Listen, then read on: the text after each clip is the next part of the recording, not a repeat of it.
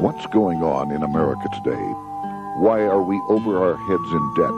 Why can't the politicians bring debt under control? Why are so many people, often both parents now, working at low-paying, dead-end jobs and still making do with less? What's the future of the American economy and way of life? Why does the government tell us inflation is low when the buying power of our paychecks is declining at an alarming rate? Only a generation ago, bread was a quarter, and you could get a new car for $19.95. The problem is that since 1864, we've had a debt-based banking system. All our money is based on government debt. We cannot extinguish government debt without extinguishing our money supply. That's why talk of paying off the national debt without reforming our banking system is an impossibility. That's why the solution does not lie in discussing the size of the national debt, rather it lies in reforming our banking system. This is the Federal Reserve headquarters in Washington. It sits on this very impressive address, right on Constitution Avenue, right across from the Lincoln Memorial. But is it federal? Is it really part of the United States government? Well, what we're about to show you is that there's nothing federal about the Federal Reserve, and there are no reserves. The name is a deception created back before the Federal Reserve Act was passed in 1913 to make Americans think that America's central bank operates in the public interest. The truth is that the Federal Reserve is a private bank owned by private stockholders and run purely for their private profit. That's exactly correct. The Fed is a privately owned for-profit corporation, which again has no reserves, at least no reserves available to back up the Federal Reserve notes, which is our common currency. Oh, absolutely. The Federal Reserve is neither federal and has doubtful reserves. It's a private bank that is owned by member banks. And it was chartered under the guise of deceit by an act of Congress in 1913. If there's still any doubt whether the Federal Reserve is a part of the U.S. government, check your local telephone book. In most cities, it is not listed in the blue government pages. It is listed in the business white pages right next to Federal Express, another private company. But more directly, U.S. courts have ruled time and time again that the Fed is a private corporation. Why can't Congress do something about the Fed? Most members of Congress just don't understand the system, and the few who do are afraid to speak up. For example, initially a veteran congressman from Chicago asked us if he could be interviewed for this video. However, both times our camera crew arrived at his office to do the interview, this was all we were able to film. The congressman never appeared, and eventually decided he no longer wanted to participate. But a few others in Congress have been bolder over the years. Here are 3 quick examples. In 1923, Representative Charles A. Lindbergh, a Republican from Minnesota, and father of the famed aviator Lucky Lindy, put it this way: the financial system has been turned over to the Federal Reserve Board. That board administers the finance system by authority of a purely profiteering group. The system is private, conducted for the sole purpose of obtaining the greatest possible profits from the use of other people's money. One of the most outspoken critics in Congress of the Fed was the former chairman of the House Banking and Currency Committee during the Great Depression years. Lewis T. McFadden, Republican of Pennsylvania, said in 1932, "We have in this country one of the most corrupt institutions the world has ever known. I refer to the Federal Reserve Board. This evil institution has impoverished the people of the United States and has practically bankrupted our government. It has done this through the corrupt practices of the moneyed vultures who control it." Senator Barry Goldwater was a frequent critic of the Fed. Most Americans have no real understanding of the operation of the international moneylenders. The accounts of the Federal Reserve System have never been audited. It operates outside the control of Congress and manipulates the credit of the United States. The Federal Reserve really even though it is not part of the federal government, it is more powerful than the federal government. It's more powerful than the president, the Congress, and the courts. Now, a lot of people challenge me on that, but let me prove my case. The Federal Reserve determines what the average person's car payment is going to be, what their house payment is going to be, and whether they have a job or not. And I submit to you that that's total control. And the Federal Reserve is the largest single creditor of the United States government. What does Proverbs tell us? The borrower is servant to the lender.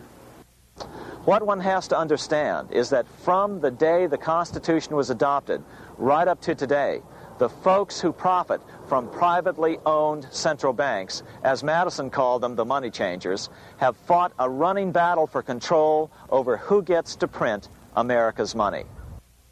Why is who prints the money so important? Think of money as just another commodity. If you have a monopoly on a commodity that everyone needs, everyone wants, and nobody has enough of, there are lots of ways to make a profit, and also exert tremendous political influence. That's what this battle is all about. Throughout the history of the United States, the money power has gone back and forth between Congress and some sort of privately owned central bank. The Founding Fathers knew the evils of a privately owned central bank. First of all, they had seen how the privately owned British central bank, the Bank of England, had run up the British national debt to such an extent that Parliament had been forced to place unfair taxes on the American colonies. In fact, as we'll see later, Ben Franklin claimed that this was the real cause of the American Revolution. Most of the Founding Fathers realized the potential dangers of banking and feared bankers' accumulation of wealth and power. Jefferson put it this way: I sincerely believe that banking institutions are more dangerous to our liberties than standing armies. The issuing power should be taken from the banks and restored to the people to whom it properly belongs. That succinct statement of Jefferson is, in fact, the solution to all our economic problems today. It bears repeating. The issuing power should be taken from the banks and restored to the people to whom it properly belongs. James Madison, the main author of the Constitution, agreed. Interestingly, he called those behind the central bank scheme money changers. Madison strongly criticized their actions. History records that the money changers have used every form of abuse, intrigue, deceit, and violent means possible to maintain their control over governments by controlling money and its issuance. The battle over who gets to issue our money has been the pivotal issue throughout the history of the United States. Wars are fought over it, depressions are caused to acquire it. Yet after World War I, this battle was rarely mentioned in newspapers or history books. Why? By World War I, the money changers, with their dominant wealth, had seized control of most of the nation's press. Throughout U.S. history, this battle over who gets the power to issue our money has raged. In fact, it's changed hands back and forth 8 times since 1764, yet this fact has virtually vanished from public view for over 3 generations behind a smokescreen emitted by Fed cheerleaders in the media. Until we stop talking about deficits and government spending and start talking about who controls how much money we have, it's all just a big shell game, a complete and utter deception. It won't matter if you pass an ironclad amendment to the Constitution mandating a balanced budget. Our situation is only going to get worse until we root out the cause at its source. What's the solution for our national problem? First of all, education. That's what this video presentation is all about. But secondly, we must act. We must take back the power to issue our own money. Issuing our own money is not a radical solution. I want to stress that. It's the same solution used at different points in U.S. history by men like Benjamin Franklin, Thomas Jefferson, Andrew Jackson, Martin Van Buren, and Abraham Lincoln. So, to sum it up, in 1913, Congress gave an independent central bank, deceptively named the Federal Reserve, a monopoly over issuing America's money, and the debt generated by this quasi-private corporation is what is killing the American economy. Though the Federal Reserve is now the most powerful central bank in the world, it was not the first. So where did this idea come from? To really understand the magnitude of the problem, we have to travel back to Europe. Just who are these money changers James Madison spoke of? In the Bible, 2,000 years ago, Jesus drove the money changers from the temple. It was the only time Jesus used force during his ministry. What were money changers doing in the temple? When Jews came to Jerusalem to pay their temple tax, they could only pay it with a special coin, the half shekel of the sanctuary. This was a half ounce of pure silver about this size. It was the only coin around at that time which was pure silver and of assured weight without the image of a pagan emperor. Therefore, to Jews, the half shekel was the only coin acceptable to God. But these coins were not plentiful. The money changers had cornered the market on them. Then they raised the price, just like any other commodity, to whatever the market would bear. In other words, money changers were making exorbitant profits because they held a virtual monopoly on money. The Jews had to pay whatever they demanded. To Jesus, this totally violated the sanctity of God's house.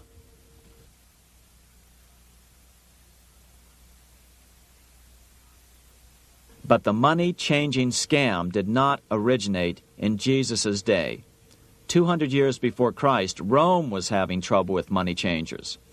2 early Roman emperors had tried to diminish the power of the money changers by reforming usury laws and limiting land ownership to 500 acres. They were both assassinated. In 48 BC, Julius Caesar took back the power to coin money from the money changers and minted coins for the benefit of all. With this new, plentiful supply of money, he built great public works projects. By making money plentiful, Caesar won the love of the common man. But the money changers hated him.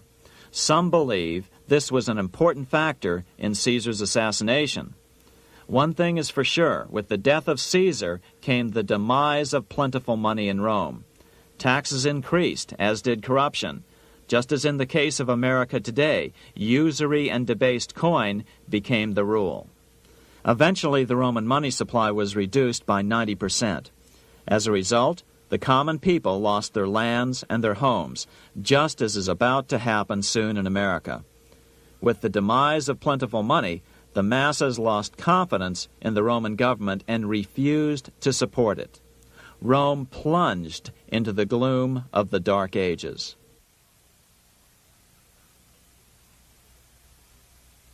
A 1,000 years after the death of Christ, money changers, those who loan out and manipulate the quantity of money, were active in medieval England.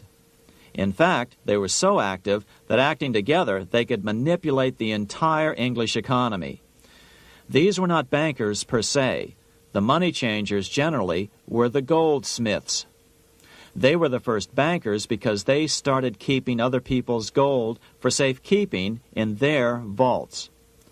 The first paper money was merely a receipt for gold left at the goldsmith. Paper money caught on because it was more convenient than carrying around a lot of heavy gold and silver coins. Eventually, goldsmiths noticed that only a small fraction of the depositors ever came in and demanded their gold at any one time. Goldsmiths started cheating on the system. They discovered that they could print more money than they had gold, and usually no one would be the wiser. Then they could loan out this extra money and collect interest on it. This was the birth of fractional reserve banking. That is, loaning out many times more money than you have assets on deposit. So, if $1,000 in gold were deposited with them, they could loan out about $10,000 in paper money and draw interest payments on it, and no one would ever discover the deception. By this means, goldsmiths gradually accumulated more and more wealth and used this wealth to accumulate more and more gold. Today, this practice of loaning out more money than there are reserves is known as fractional reserve banking. Every bank in the United States is allowed to loan out at least 10 times more money than they actually have. That's why they get rich on charging, let's say, 8% interest.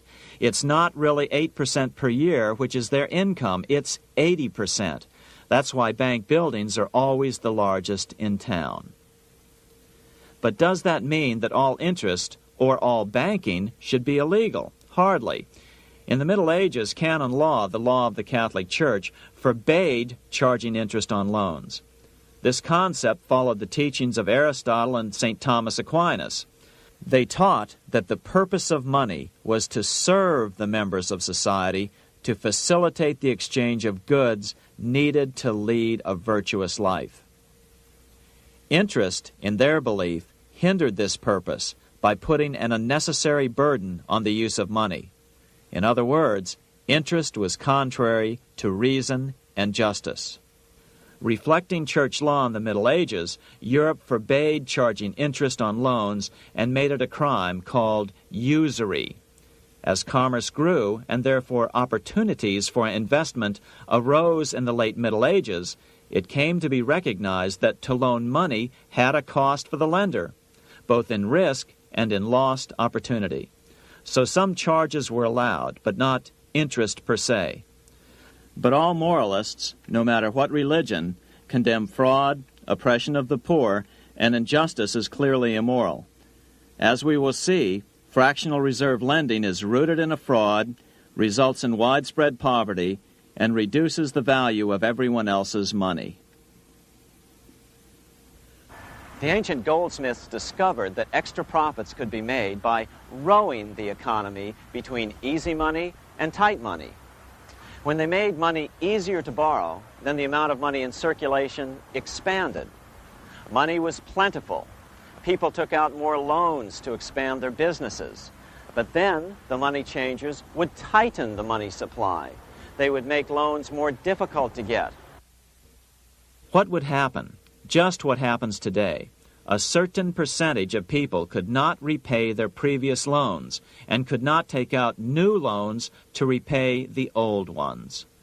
Therefore, they went bankrupt and had to sell their assets to the goldsmiths for pennies on the dollar. The same thing is still going on today. Only today, we call this rowing of the economy up and down the business cycle. Like Julius Caesar, King Henry I of England finally resolved to take the money power away from the goldsmiths about 1100 A.D. Henry could have used anything as money, seashells, feathers, or even yak dung, as is often done in remote Tibetan provinces. But he invented one of the most unusual money systems in history. It was called the tally stick system. Here I have one of the few surviving examples of this form of British money, which lasted 726 years until 1826, a tally stick. The tally system was adopted to avoid the monetary manipulation of the goldsmiths. Tally sticks were money fabricated out of sticks of polished wood. Notches were cut along one edge of the stick to indicate the denominations. Then the stick was split lengthwise through the notches so that both pieces still had a record of the notches. The king kept one half to protect against counterfeiting. Then he would spend the other half into the economy and they would circulate as money. This particular tally stick is huge. It represented 25,000 pounds. One of the original stockholders in the Bank of England purchased his original shares with this stick. In other words, he bought shares in the world's richest and most powerful corporation with a stick of wood. It's ironic that after its formation in 1694, the Bank of England attacked the tally stick system because it was money outside the power of the money changers, just as King Henry had wanted it to be. Why do people accept sticks of wood for money? That's a great question. Throughout history, people traded anything they thought had value and used as money. You see, the secret is that money is only what people agree on to use as money. What's our paper money today? It's really just paper. But here's the trick. King Henry ordered that tally sticks had to be used to pay the king's taxes. This built-in demand for tally sticks immediately made them circulate and be accepted as money. And they worked well. In fact, no other form of money has worked so well for so long as tally sticks. Keep in mind, the British Empire was built under the tally stick system. The tally stick system succeeded despite the fact that the money changers constantly attacked it by offering the metal coin system as competition. In other words, metal coins never went completely out of circulation, but tally sticks hung on because they were good for the payment of taxes.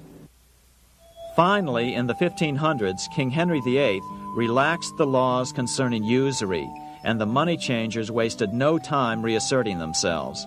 They quickly made their gold and silver money plentiful for a few decades.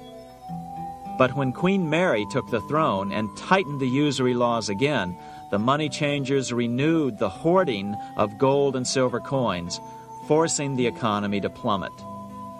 When Queen Mary's sister, Queen Elizabeth I, took the throne, she was determined to regain control over English money.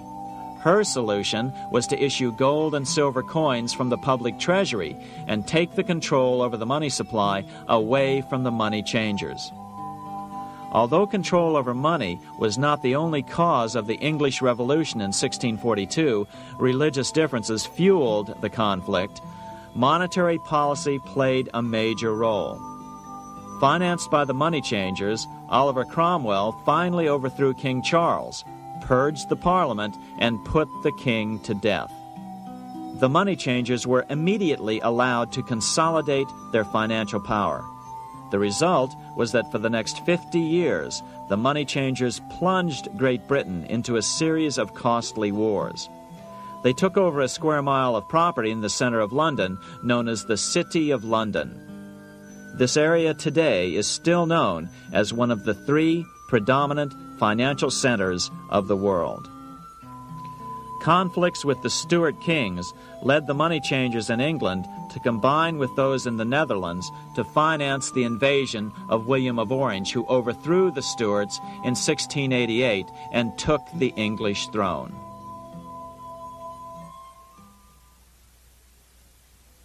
By the end of the 1600s, England was in financial ruin. 50 years of more or less continuous wars with France and Holland had exhausted her. Frantic government officials met with the money changers to beg for the loans necessary to pursue their political purposes. The price was high: a government-sanctioned, privately owned bank which could issue money created out of nothing. It was to be the modern world's first privately owned central bank, the Bank of England. Although it was deceptively called the Bank of England to make the general population think it was part of the government, it was not. Like any other private corporation, the Bank of England sold shares to get started. The investors, whose names were never revealed, were supposed to put up £1.25 million British pounds in gold coin to buy their shares in the bank, but only £750,000 was ever received. Despite that, the bank was duly chartered in 1694 and started out in the business of loaning out several times the money it supposedly had in reserves, all at interest. In exchange, the new bank would loan British politicians as much of the new currency as they wanted, as long as they secured the debt by direct taxation of the British people. So, legalization of the Bank of England amounted to nothing less than legal counterfeiting of a national currency for private gain. Unfortunately, nearly every nation now has a privately controlled central bank using the Bank of England as the basic model. Such is the power of these central banks that they soon take total control over a nation's economy. It soon amounts to nothing but a plutocracy, rule by the rich. It would be like putting control of the army in the hands of the mafia. The danger of tyranny would be extreme. Yes, we need central banks. No, we do not need them in private hands. The central bank scam is really a hidden tax. The nation sells bonds to the central bank to pay for things it does not have the political will to raise taxes to pay for. But the bonds are purchased with money the central bank creates out of nothing. More money in circulation makes your money worth less. The government gets as much money as it needs, and the people pay for it in inflation. The beauty of the plan is that not one person in 1,000 can figure it out because it's usually hidden behind complex-sounding economics gibberish. With the formation of the Bank of England, the nation was soon awash in money. Prices throughout the country doubled.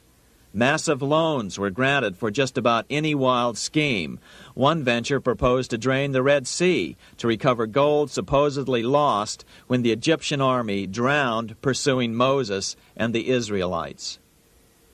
By 1698, government debt grew from the initial £1.25 million to £16 million.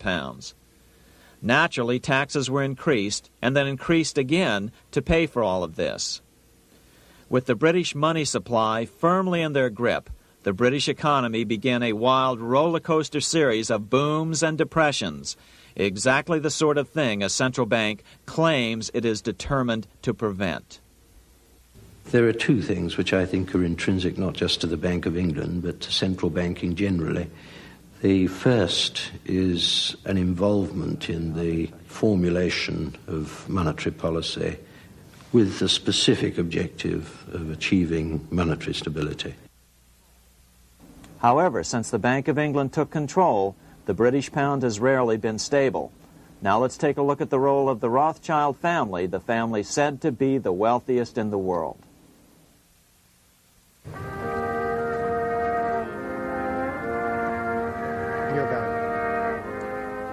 This is Frankfurt, Germany. 50 years after the Bank of England opened its doors, a goldsmith named Amschel Moses Bauer opened a coin shop, a counting house, in 1743. And over the door he placed a sign depicting a Roman eagle on a red shield. The shop became known as the Red Shield Firm, or in German, Rothschild. When his son, Amschel Meyer Bauer, inherited the business, he decided to change his name to Rothschild. Amschel soon learned that loaning money to governments and kings was more profitable than loaning to private individuals.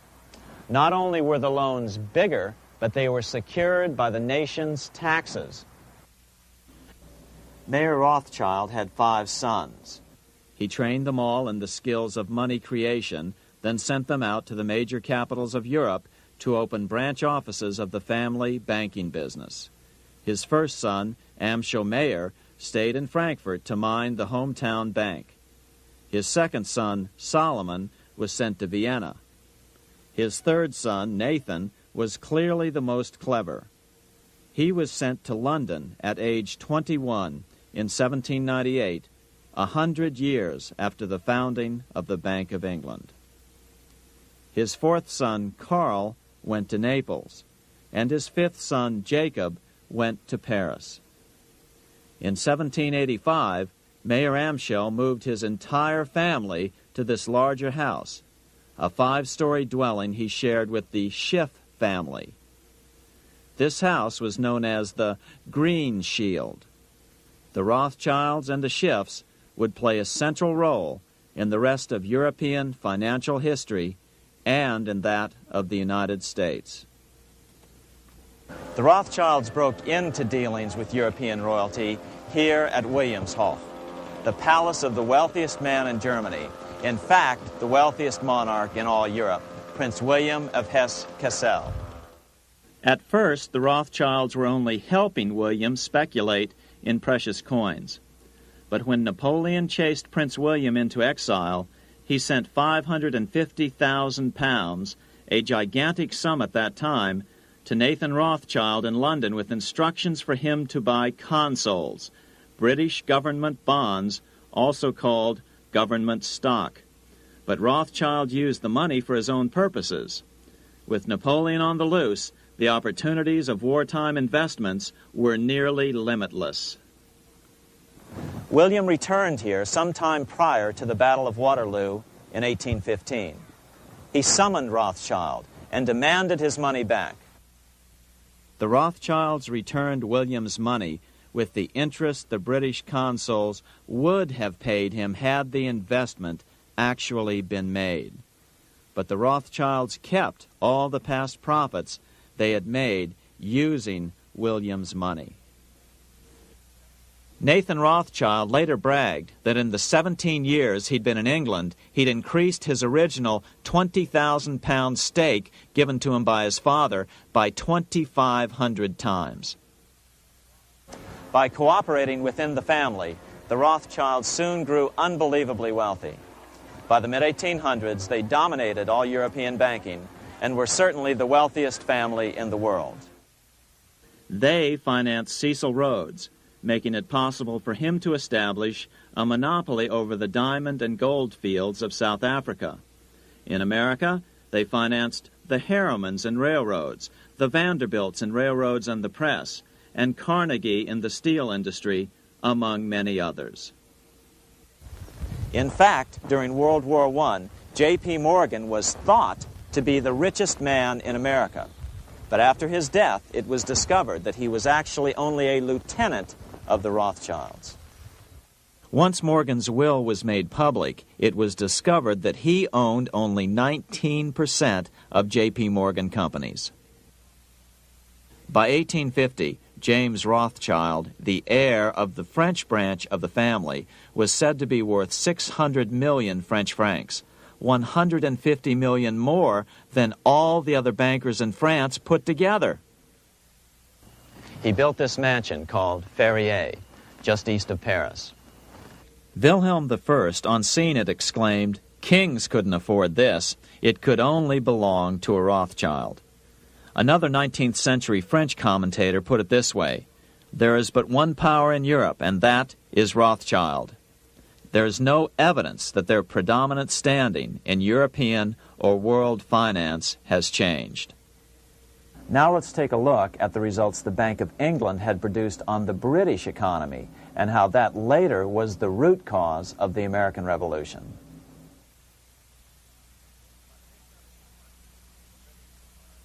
By the mid-1700s, the British Empire was nearing its height of power around the world. But Britain had fought 4 costly wars in Europe since the creation of their privately owned central bank, the Bank of England. The cost had been high. To finance these wars, the British Parliament here had borrowed heavily from the bank. By the mid-1700s, the government's debt here in Britain was £140 million, a staggering sum for those days. Consequently, the British government embarked on a program of trying to raise revenues from their American colonies in order to make their interest payments to the bank. But in America, it was a different story. The scourge of a privately owned central bank had not yet hit. This is Independence Hall in Philadelphia, where the Declaration of Independence and Constitution were signed.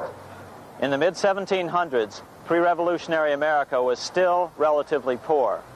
There was a severe shortage of precious metal coins to trade for goods, so the early colonists were forced to experiment with printing their own homegrown paper money. Some of these experiments were successful. Franklin was a big supporter of the colonies printing their own paper money. In 1757, Franklin was sent to London. He ended up staying for the next 18 years here, nearly until the start of the American Revolution. During this period, the American colonies began to issue their own money. Called colonial scrip, the endeavor was very successful. It provided a reliable medium of exchange, and it also helped to provide a feeling of unity between the colonies. Remember, colonial scrip was just paper money, debt-free money, printed in the public interest, and not backed by gold or silver coin. In other words, it was a totally fiat currency. One day, officials of the Bank of England asked Franklin how he would account for the newfound prosperity of the colonies. Without hesitation, he replied, "That is simple. In the colonies we issue our own money. It is called colonial scrip. We issue it in proper proportion to the demands of trade and industry to make the products pass easily from the producers to the consumers. In this manner, creating for ourselves our own paper money, we control its purchasing power, and we have no interest to pay to no one." This was just common sense to Franklin, but you can imagine the impact it had on the Bank of England. America had learned the secret of money, and that genie had to be returned to its bottle as soon as possible.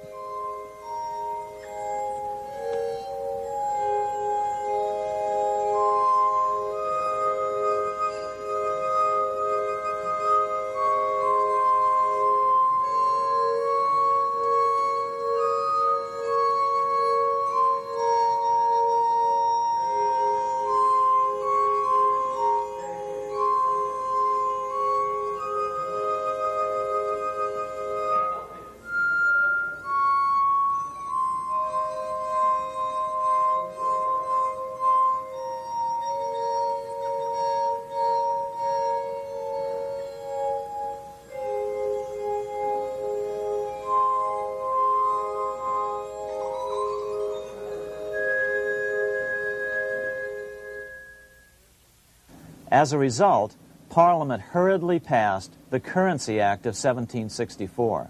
This prohibited colonial officials from issuing their own money and ordered them to pay all future taxes in gold or silver coins. In other words, it forced the colonies on a gold or silver standard.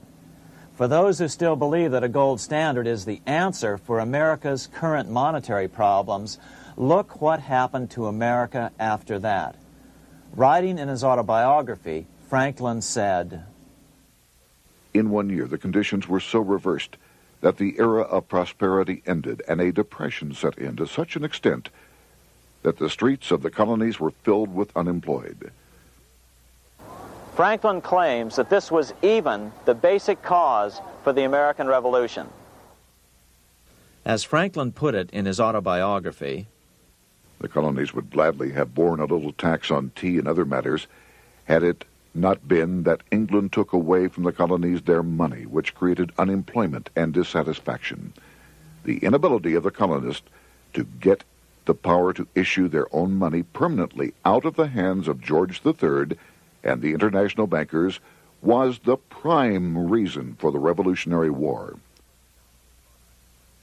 By the time the first shots were fired in Lexington, Massachusetts, on April 19, 1775, the colonies had been drained of gold and silver coin by British taxation. As a result, the Continental government had no choice but to print money to finance the war. At the start of the Revolution, the U.S. money supply stood at $12 million.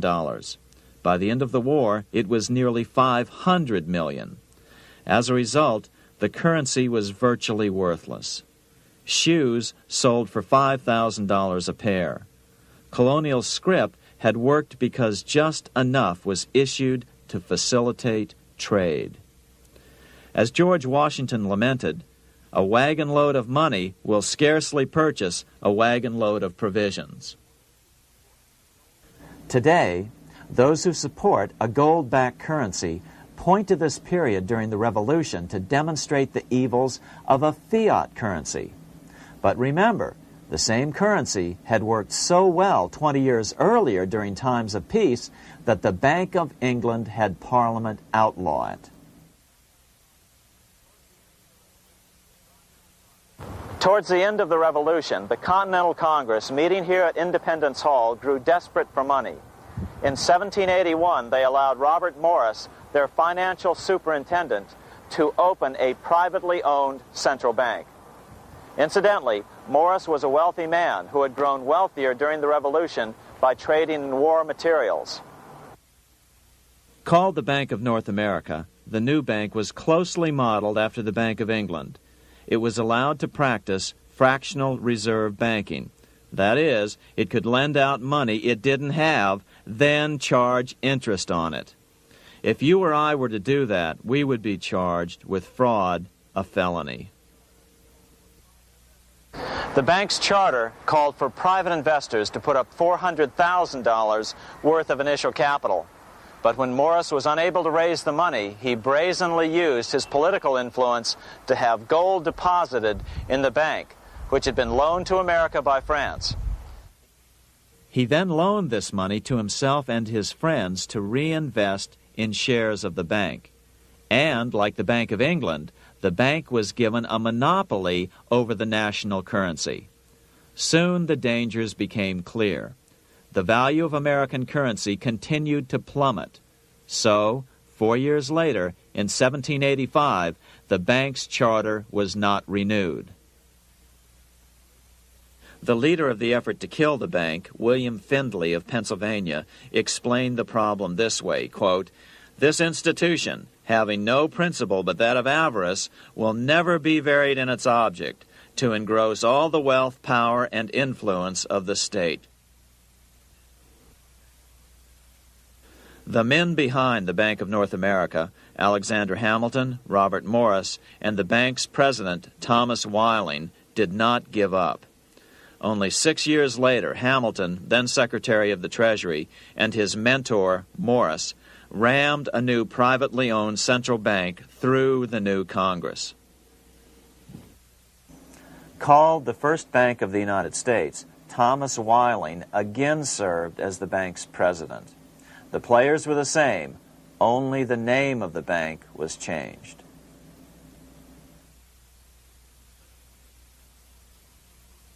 In 1787, colonial leaders assembled in Philadelphia to replace the ailing Articles of Confederation.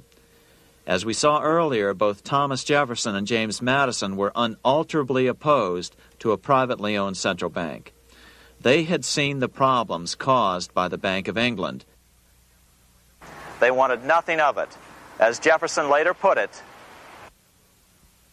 "If the American people ever allow private banks to control the issue of their currency, first by inflation, then by deflation, the banks and the corporations which grow up around them will deprive the people of all property until their children wake up homeless on the continent their fathers conquered." during the debate over the future monetary system, another one of the founding fathers, Gouverneur Morris, castigated the motivations of the owners of the Bank of North America. Gouverneur Morris headed the committee that wrote the final draft of the Constitution. Morris knew the motivations of the bank well. Along with his old boss, Robert Morris, Gouverneur Morris and Alexander Hamilton were the ones who had presented the original plan for the Bank of North America to the Continental Congress in the last year of the Revolution. In a letter he wrote to James Madison on July 2nd, 1787, Gouverneur Morris revealed what was really going on. "The rich will strive to establish their dominion and enslave the rest. They always did. They always will. They will have the same effect here as elsewhere if we do not, by the power of government, keep them in their proper spheres." Despite the defection of Gouverneur Morris from the ranks of the bank, Hamilton, Robert Morris, Thomas Whiling, and their European backers were not about to give up. They convinced the bulk of the delegates to the Constitutional Convention to not give Congress the power to issue paper money. Most of the delegates were still reeling from the wild inflation of the paper currency during the Revolution. They had forgotten how well colonial scrip had worked before the war. But the Bank of England had not. The money changers could not stand to have America printing her own money again. So the Constitution is silent on the matter. This grievous defect left the door wide open for the money changers, just as they had planned.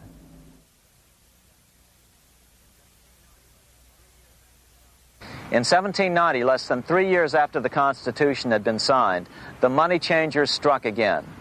The newly appointed first Secretary of the Treasury, Alexander Hamilton, proposed a bill to the Congress calling for a new, privately owned central bank. Coincidentally, that was the very year that Amschel Rothschild made his pronouncement from his flagship bank in Frankfurt. Let me issue and control a nation's money, and I care not who writes the laws.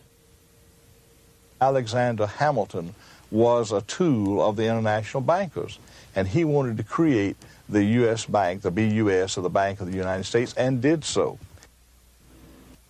Interestingly, one of Hamilton's first jobs after graduating from law school in 1782 was as an aide to Robert Morris, the head of the Bank of North America. In fact, the year before, Hamilton had written Morris a letter saying, "A national debt, if it is not excessive, will be to us a national blessing." A blessing to whom? After a year of intense debate, in 1791, Congress passed the bill and gave it a 20-year charter. The new bank was to be called the First Bank of the United States, or BUS.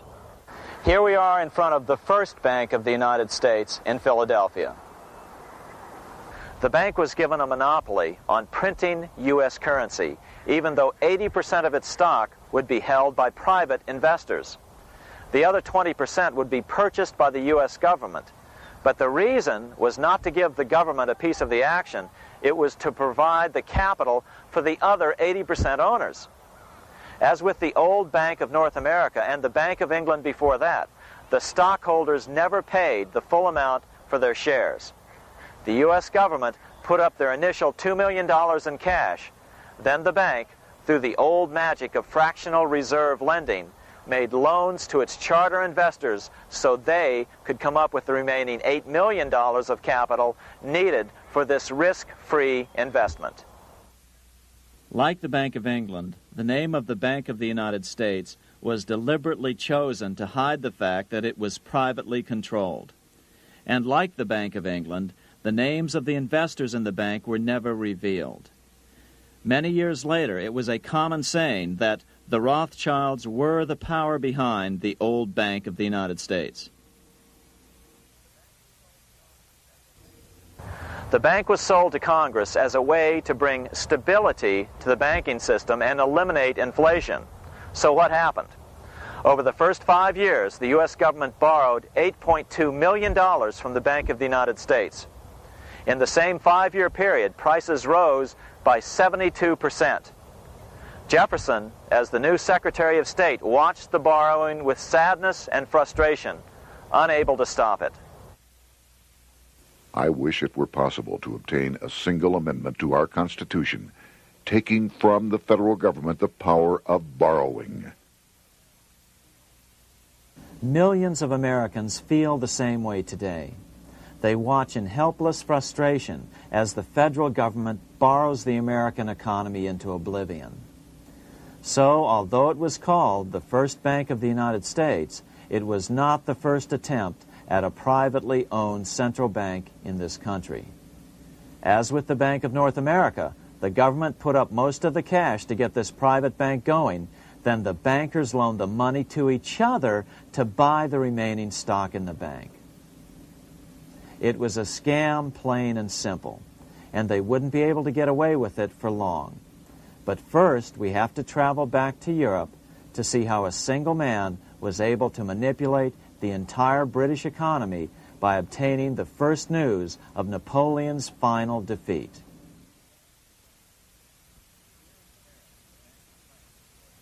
Here in Paris, the Bank of France was organized in 1800, just like the Bank of England.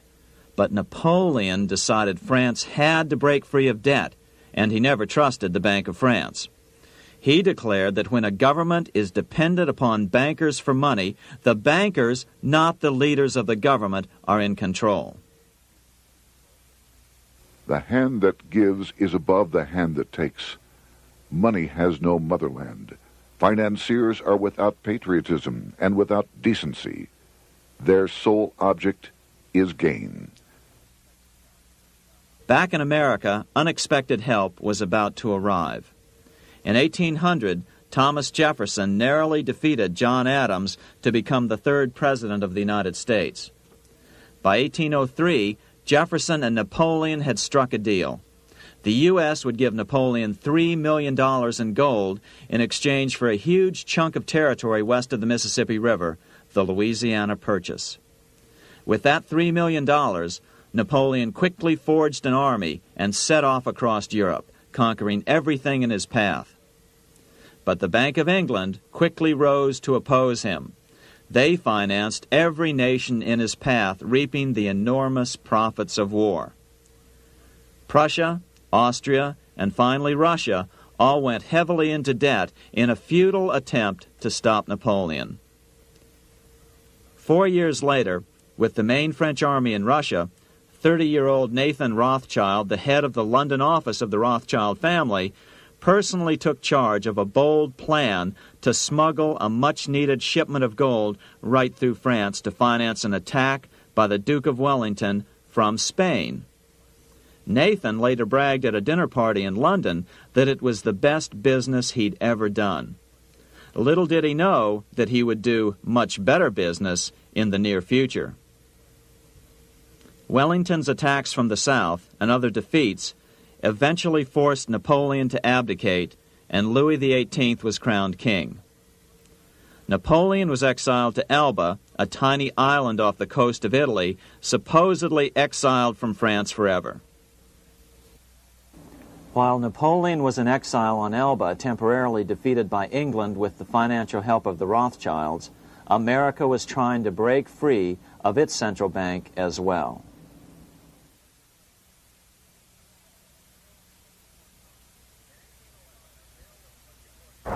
In 1811, a bill was put before Congress to renew the charter of the Bank of the United States.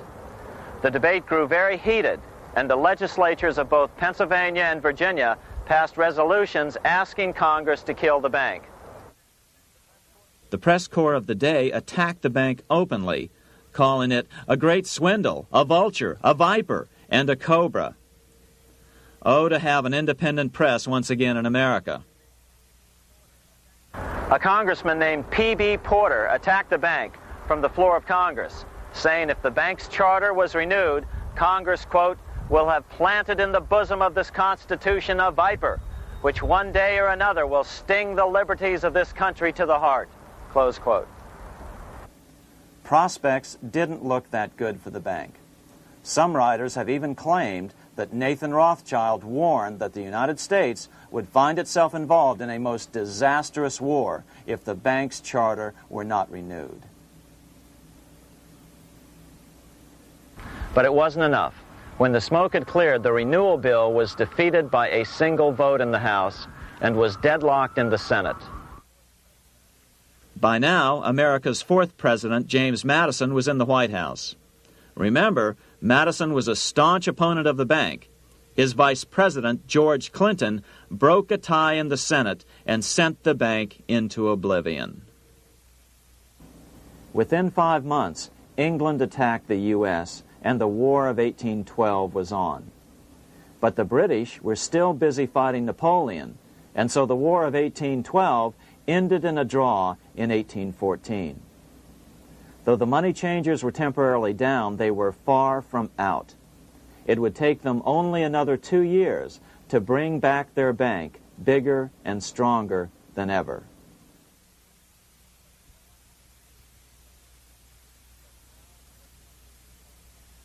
But now let's return to Napoleon, because nothing else in history more aptly demonstrates the ingenuity of the Rothschild family than their control of the British stock market after Waterloo.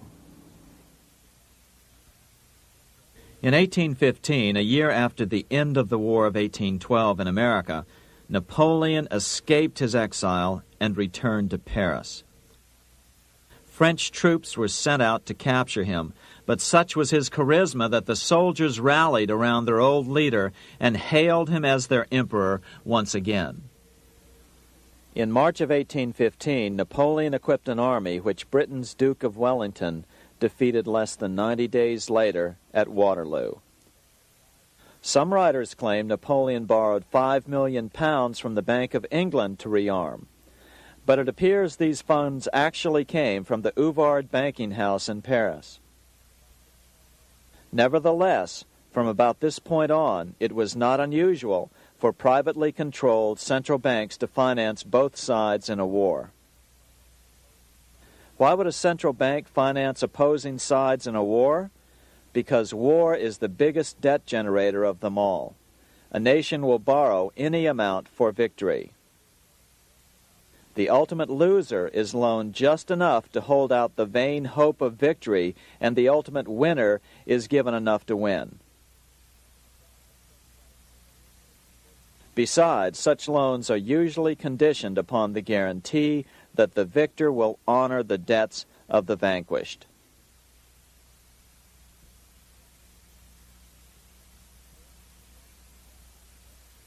This is the Waterloo battlefield about 200 miles northeast of Paris in what today is Belgium. Here Napoleon suffered his final defeat, but not before thousands of French and Englishmen gave their lives on a steamy summer day in July of 1815. Right over there, on June 18, 1815, 74,000 French troops met 67,000 troops from Britain and other European nations. The outcome was certainly in doubt. In fact, had Napoleon attacked a few hours earlier, he would probably have won the battle. But no matter who won or lost, back in London, Nathan Rothschild planned to use the opportunity to try to seize control over the British stock and bond market and possibly even the Bank of England. Rothschild stationed a trusted agent, a man named Rothworth, on the north side of the battlefield, closer to the English Channel. Once the battle had been decided, Rothworth took off for the Channel. He delivered the news to Nathan Rothschild a full 24 hours before Wellington's own courier. Rothschild hurried to the stock market and took up his usual position in front of an ancient pillar. All eyes were on him. The Rothschilds had a legendary communications network. If Wellington had been defeated and Napoleon was loose on the continent again, Britain's financial situation would become grave indeed. Rothschild looked saddened. He stood there motionless, eyes downcast. Then suddenly he began selling. Other nervous investors saw that Rothschild was selling. It could only mean one thing. Napoleon must have won, Wellington must have lost. The market plummeted. Soon everyone was selling their consols, their British government bonds, and prices dropped sharply. But then Rothschild started secretly buying up the consols through his agents for only a fraction of their worth hours before. Myths, legends, you say? 100 years later, the New York Times ran a story which said that Nathan's grandson had attempted to secure a court order to suppress a book with this stock market story in it. The Rothschild family claimed the story was untrue and libelous, but the court denied the Rothschilds' request and ordered the family to pay all court costs. What's even more interesting about this story is that some authors claim that the day after the Battle of Waterloo, in a matter of hours, Nathan Rothschild came to dominate not only the bond market, but the Bank of England as well. Whether or not the Rothschild family seized control of the Bank of England, the first privately owned central bank in a major European nation and the wealthiest, one thing is certain. By the mid-1800s, the Rothschilds were the richest family in the world, bar none. They dominated the new government bond markets and branched into other banks and industrial concerns. In fact, the rest of the 19th century was known as the Age of the Rothschilds. Despite this overwhelming wealth, the family has generally cultivated an aura of invisibility. Although the family controls scores of industrial, commercial, mining, and tourist corporations, only a handful bear the Rothschild name. By the end of the 19th century, one expert estimated that the Rothschild family controlled half the wealth of the world. Whatever the extent of their vast wealth, it is reasonable to assume that their percentage of the world's wealth has increased since then. But since the turn of the century, the Rothschilds have cultivated the notion that their power has somehow waned even as their wealth increases.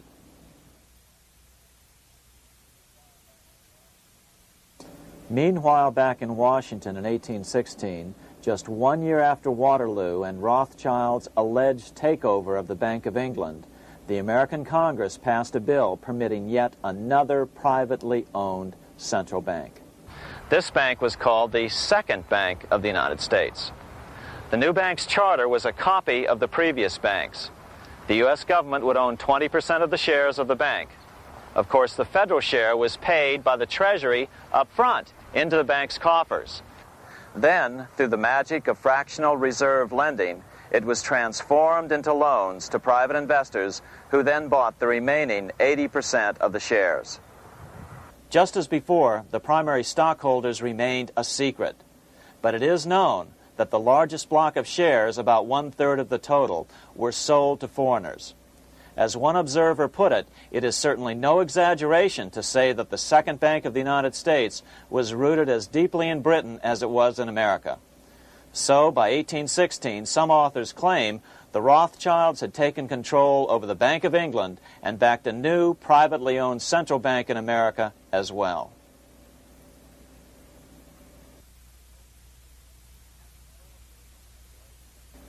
After 12 years of manipulations of the U.S. economy on the part of the Second Bank of the U.S., the American people had had just about enough. Opponents of the bank nominated a dignified senator from Tennessee, Andrew Jackson, the hero of the Battle of New Orleans, to run for president. This is his home, the Hermitage.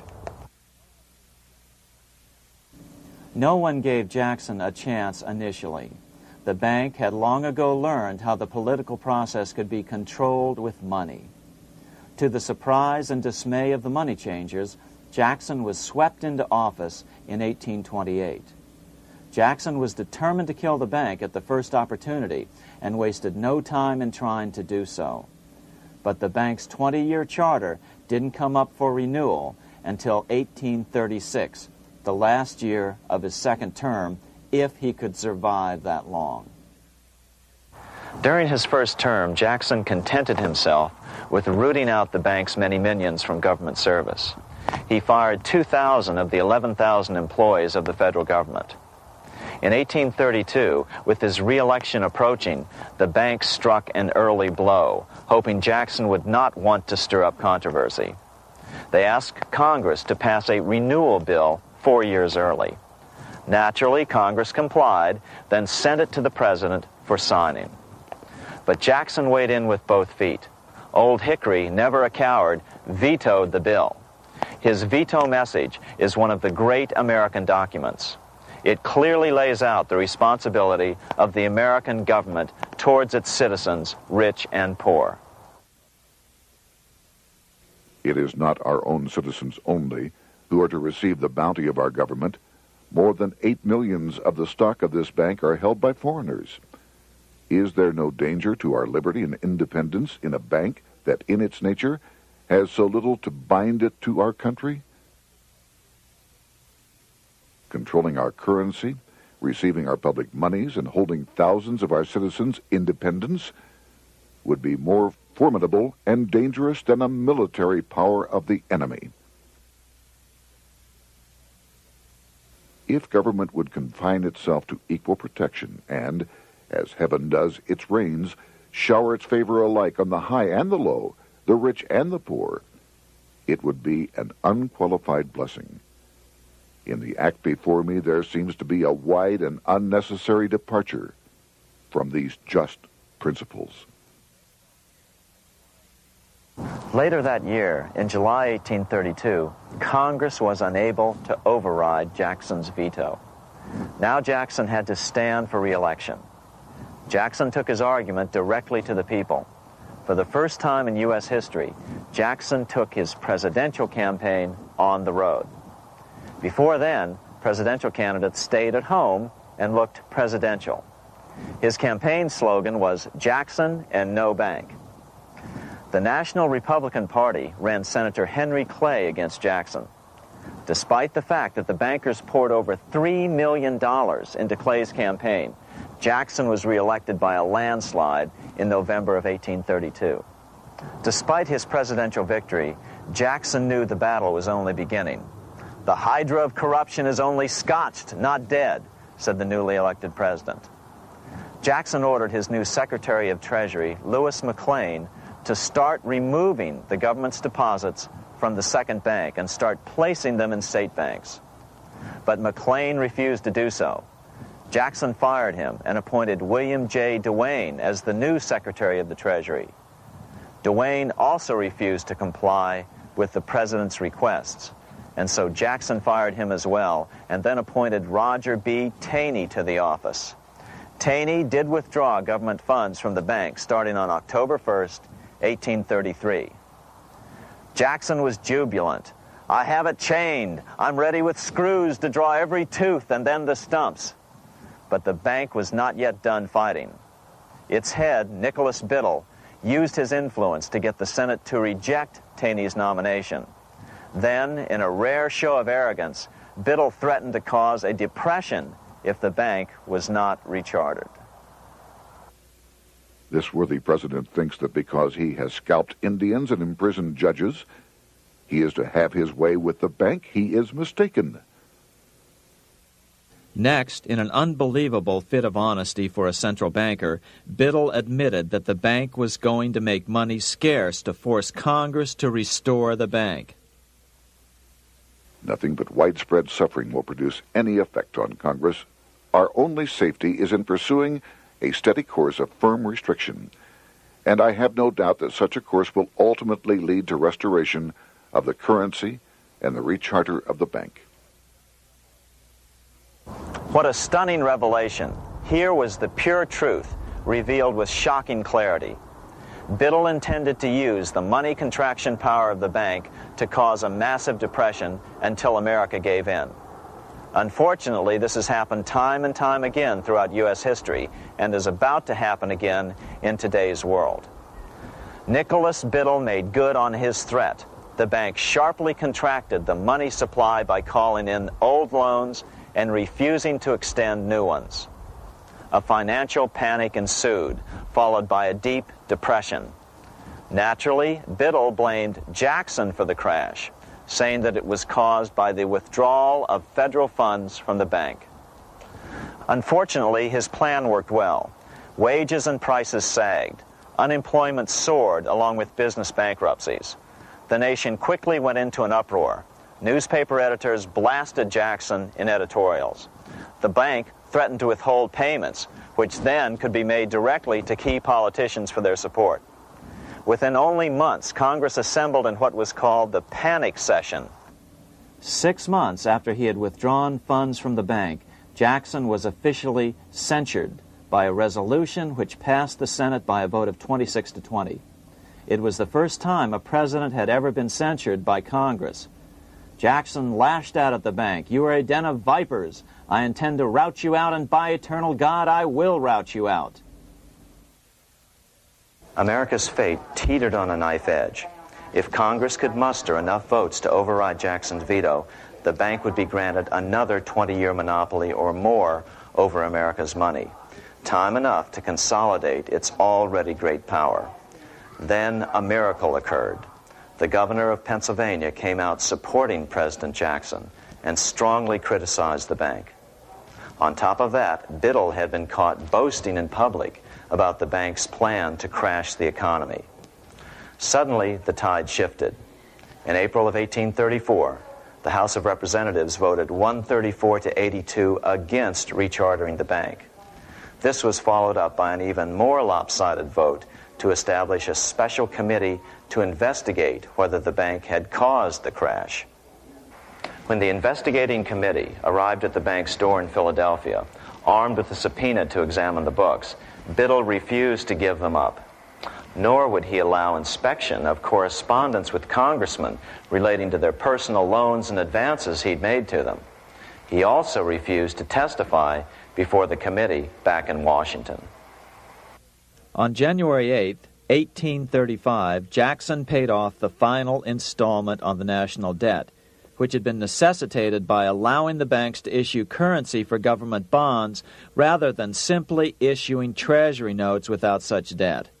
He was the only president to ever pay off the debt. A few weeks later, on January 30th, 1835, an assassin by the name of Richard Lawrence tried to shoot President Jackson, but by the grace of God, both pistols misfired. Lawrence was later found not guilty by reason of insanity.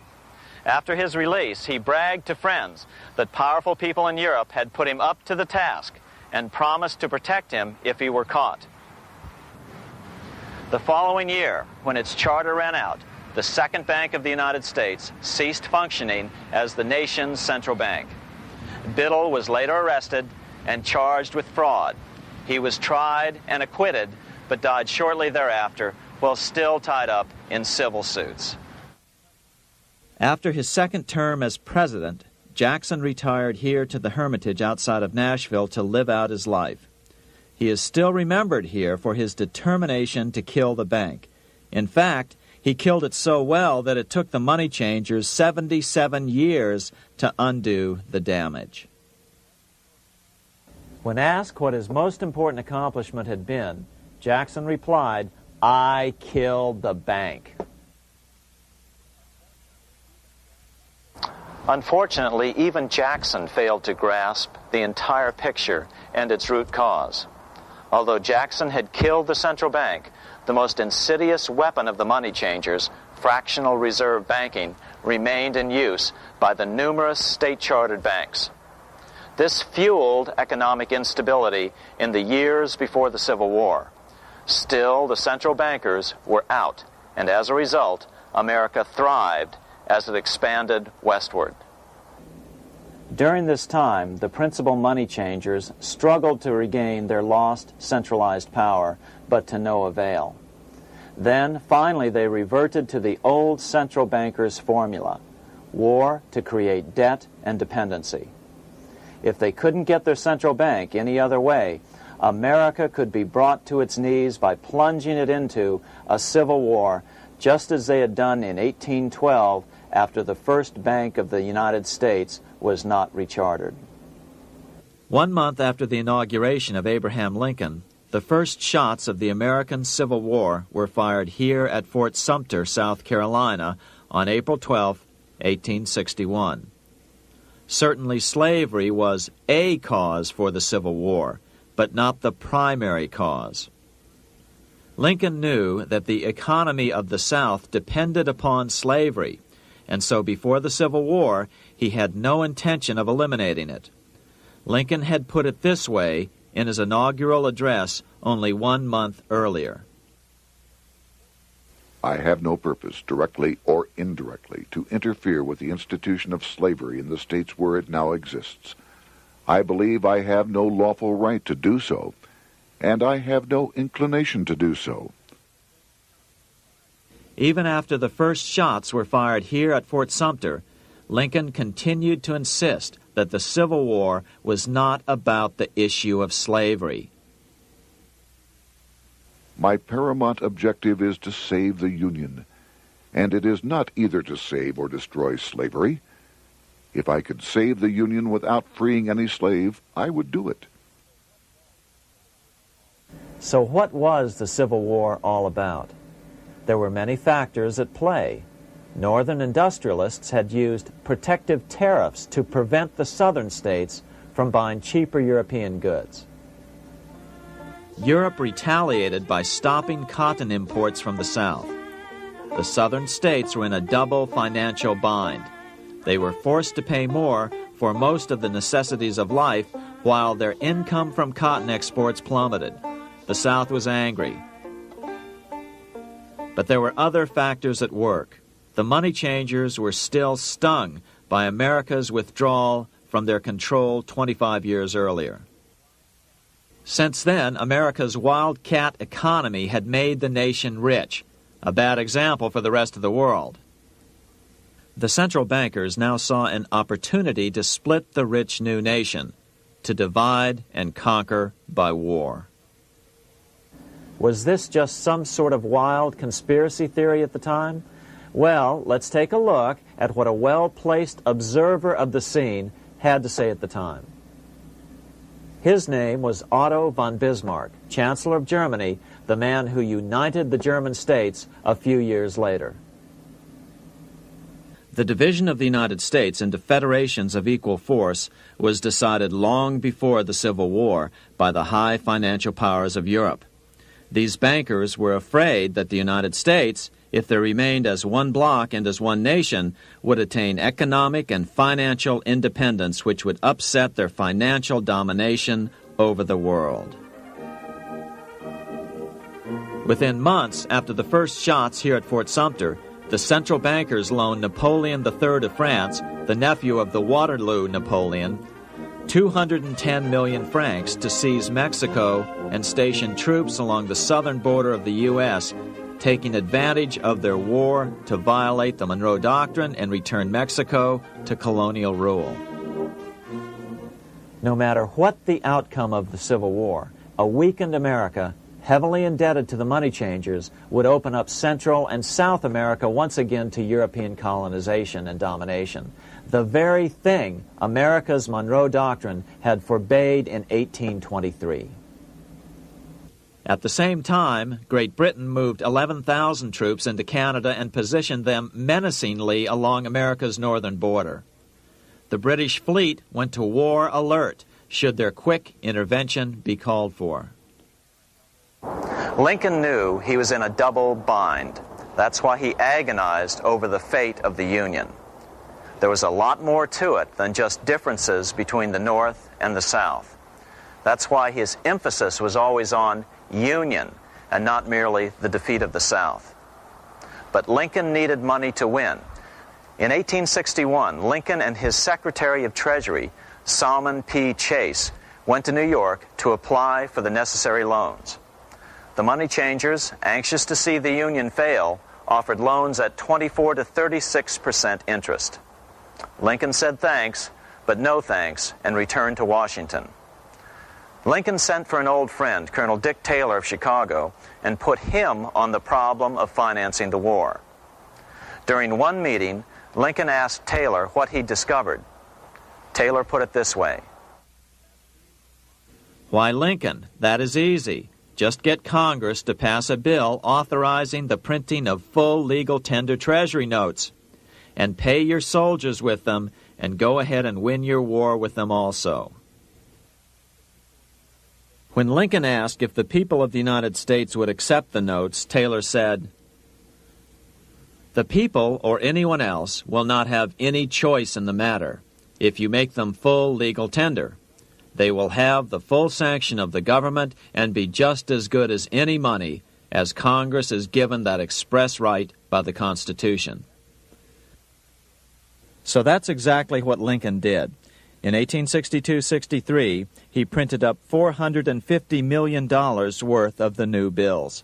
In order to distinguish them from other banknotes in circulation, he printed them in green ink on the back side.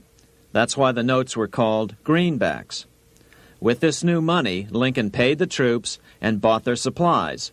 During the course of the war, nearly $450 million worth of greenbacks were printed at no interest to the federal government. Lincoln understood who was really pulling the strings and what was at stake for the American people. This is how he explained his rationale. The government should create, issue, and circulate all the currency and credit needed to satisfy the spending power of the government and the buying power of consumers. The privilege of creating and issuing money is not only the supreme prerogative of government, but it is the government's greatest creative opportunity. By the adoption of these principles, the taxpayers will be saved immense sums of interest. Money will cease to be master and become the servant of humanity. A truly incredible editorial in the London Times explained the central bankers' attitude towards Lincoln's greenbacks. If this mischievous financial policy, which has its origins in North America, shall become indurated down to a fixture, then That government will furnish its own money without cost. It will pay off debts and be without debt. It will have all the money necessary to carry on its commerce. It will become prosperous without precedent in the history of the world. The brains and wealth of all countries will go to North America. That country must be destroyed, or it will destroy every monarchy on the globe. The scheme was effective, so effective that the next year, 1863, with Federal and Confederate troops beginning to mass for the decisive battle of the Civil War, and the Treasury in need of further congressional authority to issue more greenbacks, Lincoln allowed the bankers to push through the National Bank Act. These new national banks would operate under a virtual tax-free status and collectively had the exclusive monopoly power to create the new form of money, banknotes. Though greenbacks continued to circulate, their numbers were not increased. But most importantly, from this point on, the entire U.S. money supply would be created out of debt by bankers buying U.S. government bonds and issuing them for reserves for banknotes. As historian John Kenneth Galbraith explained it, in numerous years following the war, the federal government ran a heavy surplus. It could not, however, pay off its debt, retire its securities, because to do so meant there would be no bonds to back the national banknotes. To pay off the debt was to destroy the money supply. Later in 1863, Lincoln got some unexpected help from Tsar Alexander II of Russia. The Tsar, like Bismarck in Germany, knew what the international money changers were up to and had steadfastly refused to let them set up a central bank in Russia. If America survived and was able to remain out of their clutches, the Tsar's position would remain secure. If the bankers were successful at dividing America and giving the pieces back to Great Britain and France, both nations under control of their central banks, eventually they would threaten Russia again.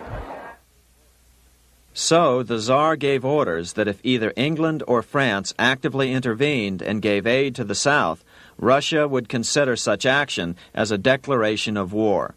He did the same with part of his Pacific Fleet and sent them to port in San Francisco. Lincoln was reelected the next year, 1864. Had he lived, he would surely have killed the national bank's money monopoly extracted from him during the war. On November 21, 1864, he wrote a friend the following: The money power preys upon the nation in times of peace and conspires against it in times of adversity. It is more despotic than monarchy, more insolent than autocracy, more selfish than bureaucracy. Shortly before Lincoln was murdered, his former Secretary of Treasury, Salmon P. Chase, bemoaned his role in helping secure the passage of the National Banking Act only 1 year earlier.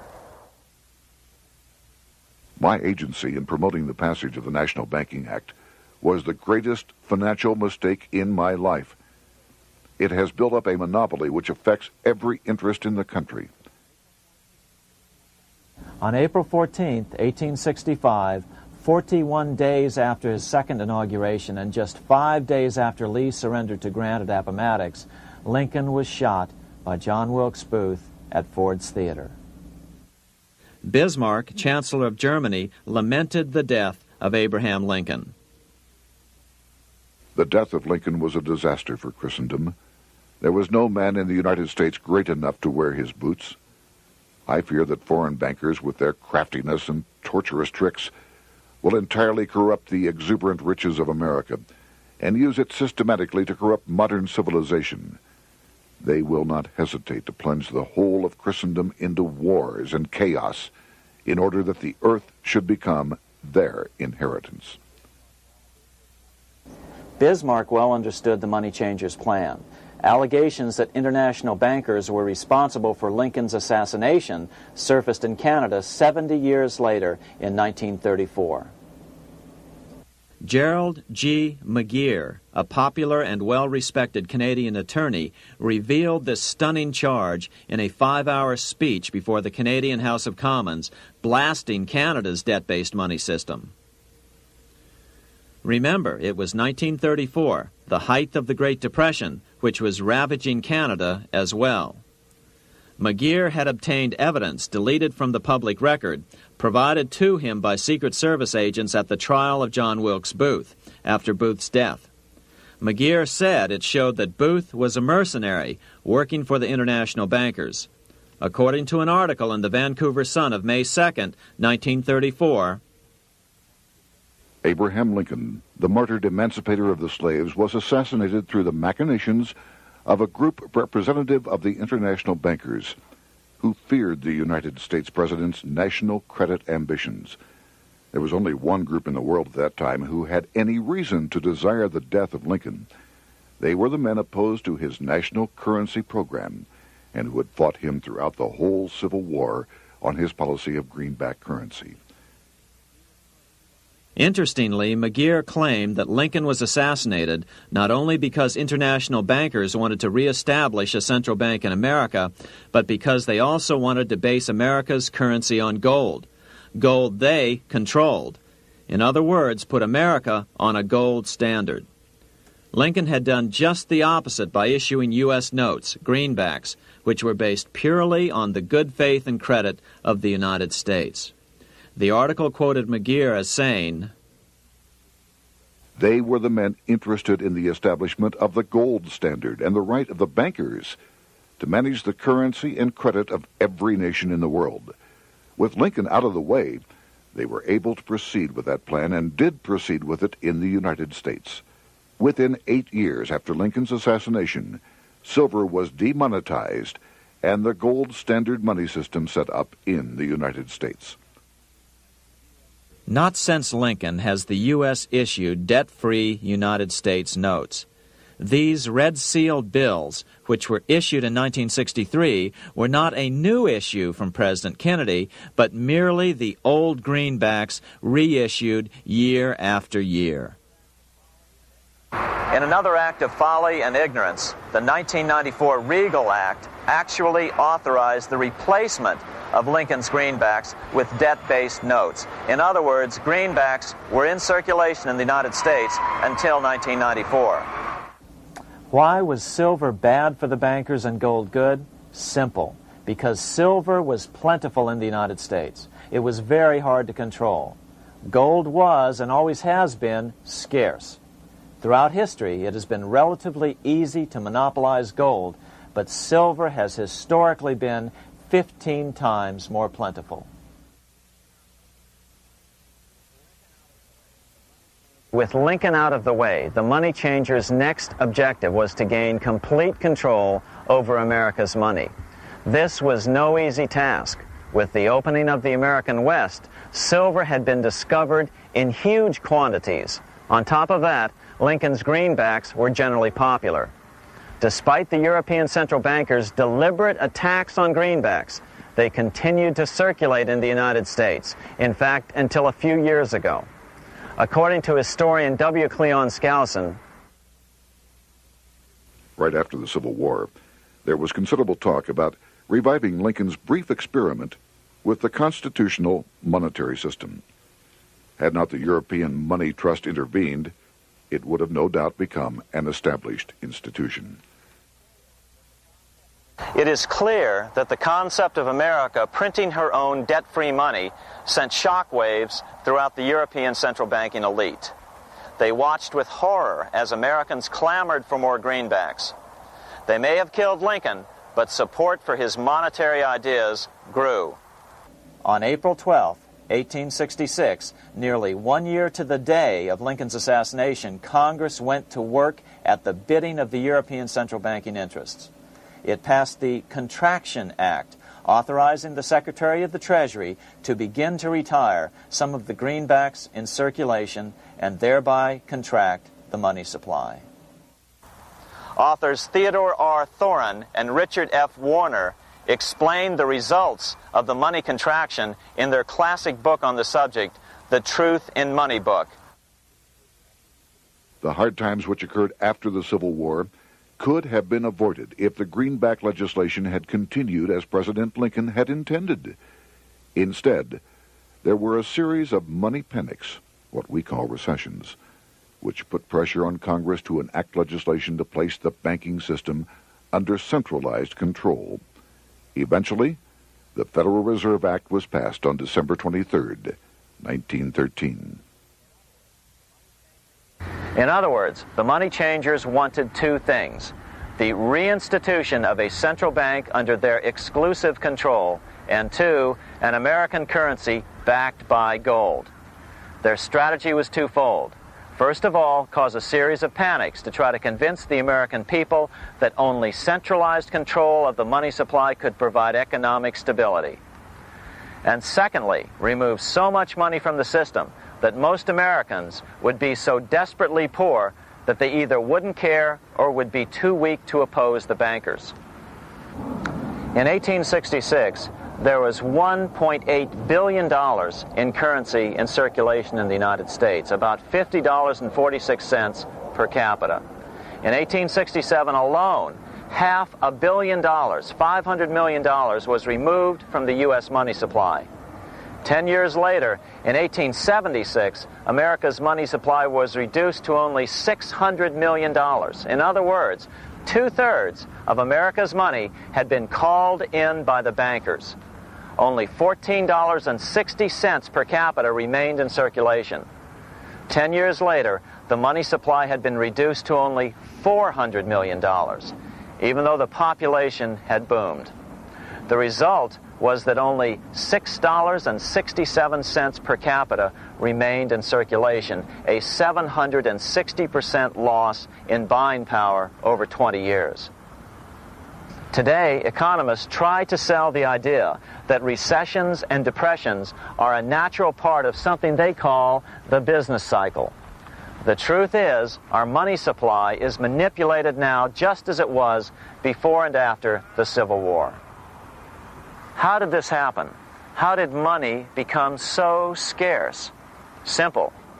Bank loans were called in and no new ones were given. In addition, silver coins were melted down. In 1872, a man named Ernest Sed was given 100,000 pounds, about $500,000, by the Bank of England and sent to America to bribe necessary congressmen to get silver demonetized. He was told that if that was not sufficient, to draw an additional 100,000 pounds or as much more as was necessary. The next year, Congress passed the Coinage Act of 1873, and the minting of silver dollars abruptly stopped. In fact, Representative Samuel Hooper, who introduced the bill in the House, acknowledged that Mr. Sed actually drafted the legislation. But it gets even worse than that. In 1874, Sed himself admitted who was behind the scheme. I went to America in the winter of 1872-73, authorized to secure, if I could, the passage of a bill demonetizing silver. It was in the interest of those I represented, the governors of the Bank of England, to have it done. By 1873, gold coins were the only form of coin money. But the contest over control of America's money was not yet over. Only 3 years later, in 1876, with 1/3 of America's workforce unemployed, the population was growing restless.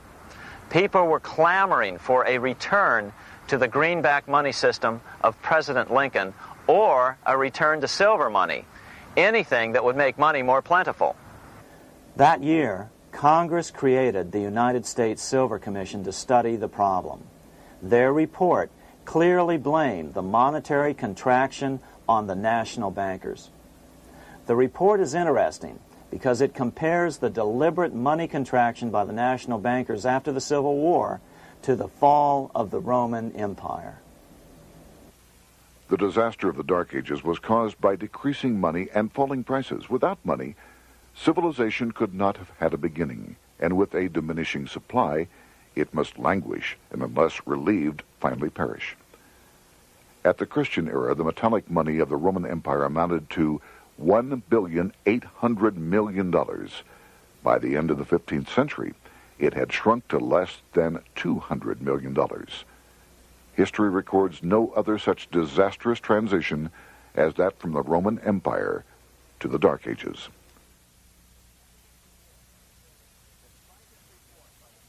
Despite this report by the Silver Commission, Congress took no action. The next year, 1877, riots broke out from Pittsburgh to Chicago. The torches of starving vandals lit up the sky. The bankers huddled to decide what to do.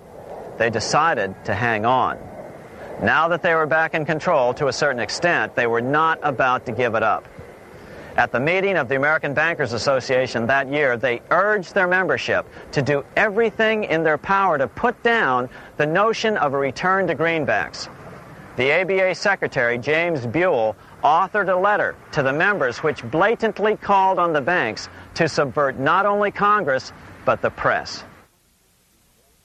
It is advisable to do all in your power to sustain such prominent daily and weekly newspapers, especially the agricultural and religious press, as will oppose the greenback issue of paper money, and that you will also withhold patronage from all applicants who are not willing to oppose the government issue of money. To repeal the act creating banknotes or to restore to circulation the government issue of money will be to provide the people with money and will therefore seriously affect our individual profits as bankers and lenders. See your congressman at once and engage him to support our interest that we may control legislation. As political pressure mounted in Congress for change, the press tried to turn the American people away from the truth. The New York Tribune put it this way on January 10th, 1878.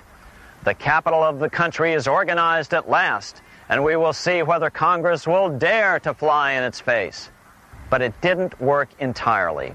On February 28, 1878, Congress passed the Sherman Law, allowing the minting of a limited number of silver dollars, ending the 5-year hiatus. This did not end gold backing of the currency, however, nor did it completely free silver. Previous to 1873, anyone who brought silver to the U.S. Mint could have it struck into silver dollars free of charge. No longer.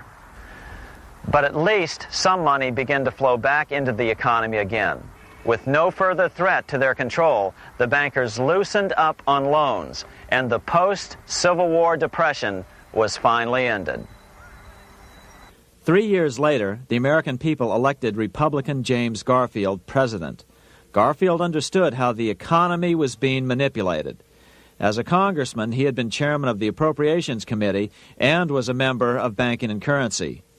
After his inauguration, he slammed the money changers publicly in 1881.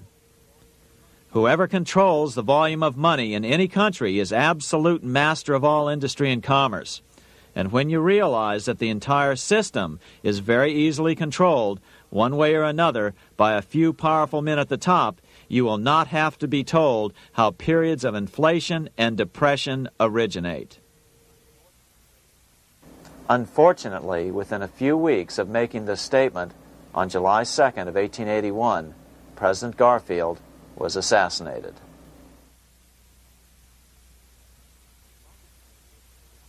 The money changers were gathering strength fast.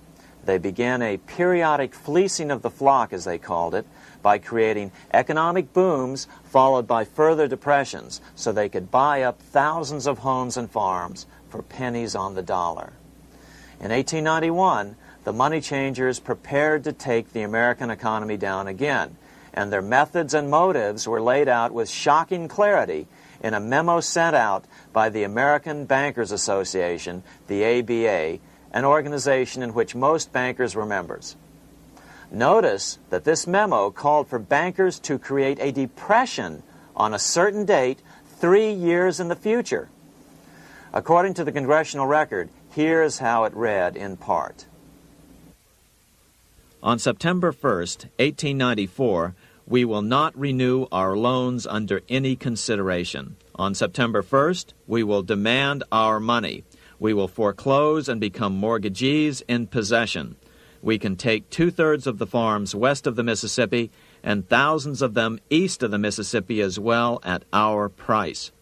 Then the farmers will become tenants, as in England.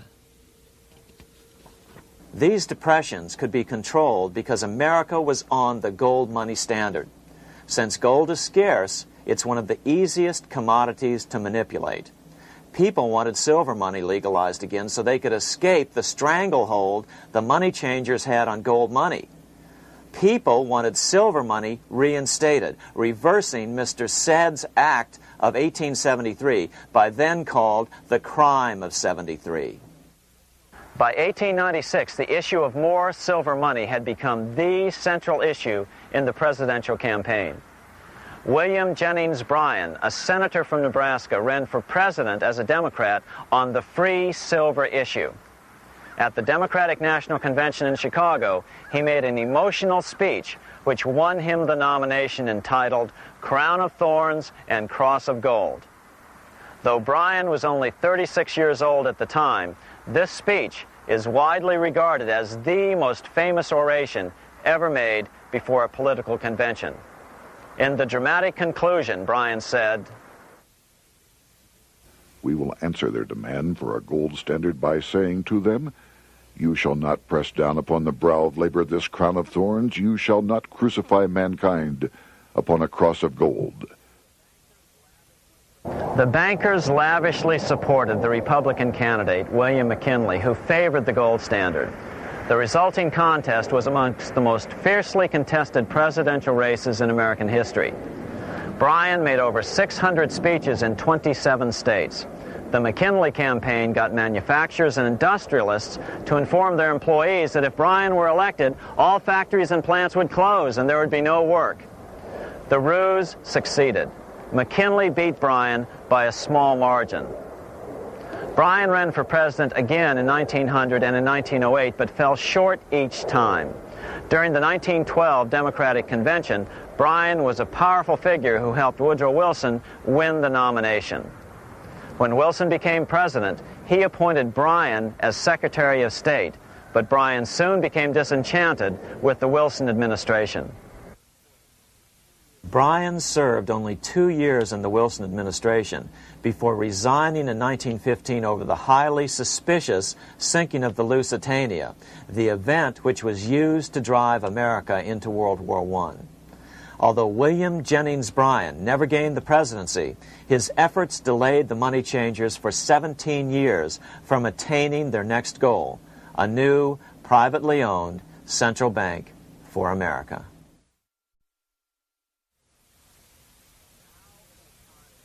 Now it was time for the money changers to get back to the business of a new private central bank for America.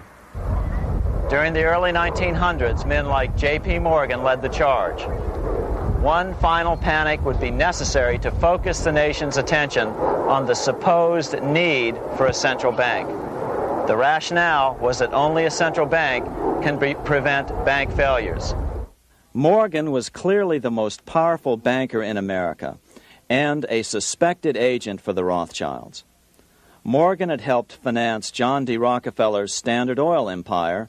He had also helped finance the monopolies of Edward Harriman in railroads, of Andrew Carnegie in steel, and of others in numerous industries. But on top of that, J.P. Morgan's father, Junius Morgan, had been America's financial agent to the British. After his father's death, J.P. Morgan took on a British partner, Edward Grenfell, a longtime director of the Bank of England. In fact, upon Morgan's death, his estate contained only a few $1 million. The bulk of the securities most people thought he owned were, in fact, owned by others.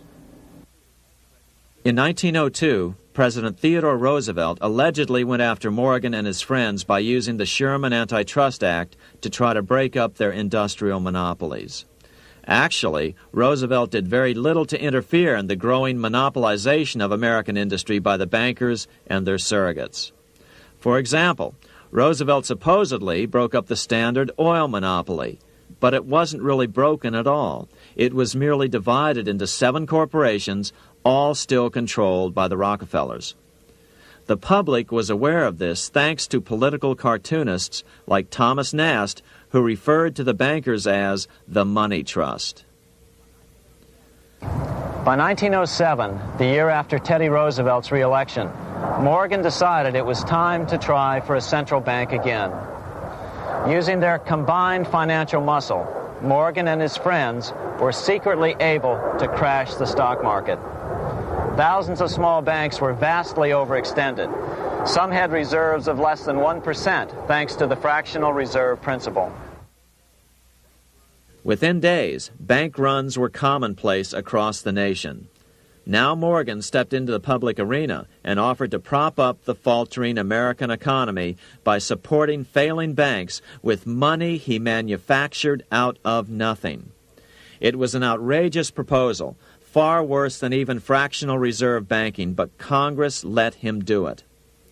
Morgan manufactured $200 million worth of this completely reserveless private money and bought things with it, paid for services with it, and sent some of it to his branch banks to lend out at interest.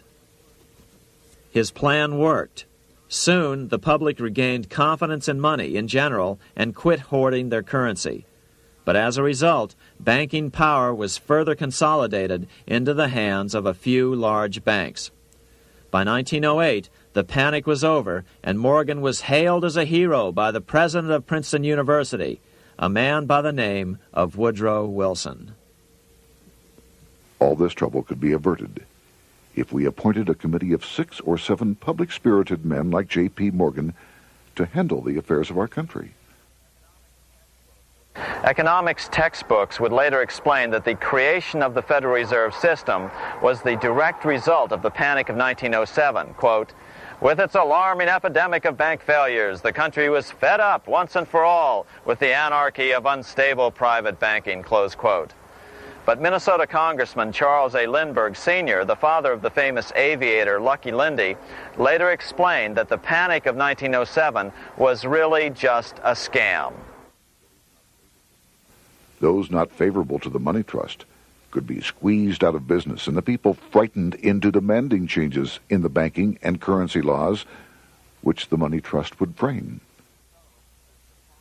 So, since the passage of the National Bank Act of 1863, the money changers had been able to create a series of booms and busts. The purpose was not only to fleece the American public of their property, but to later claim that the banking system was basically so unstable that it had to be consolidated into a central bank once again.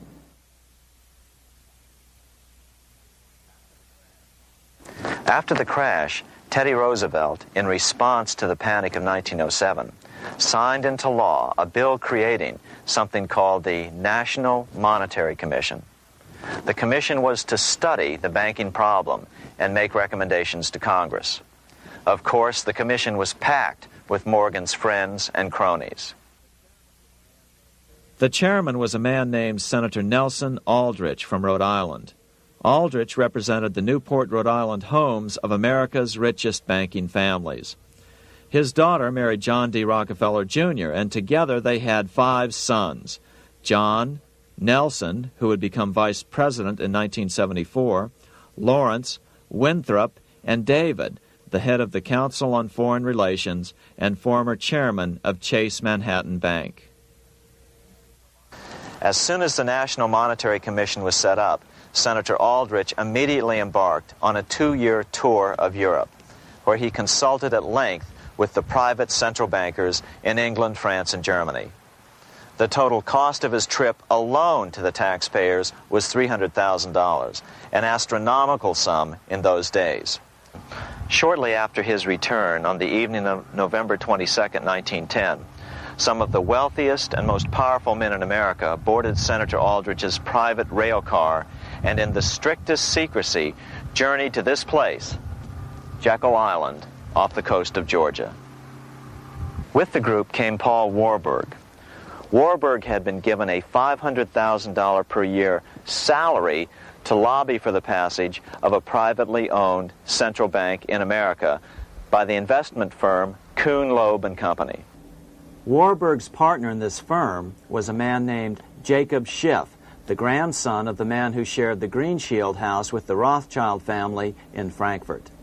Schiff, as we'll find out later, was in the process of spending $20 million to finance the overthrow of the Tsar in Russia.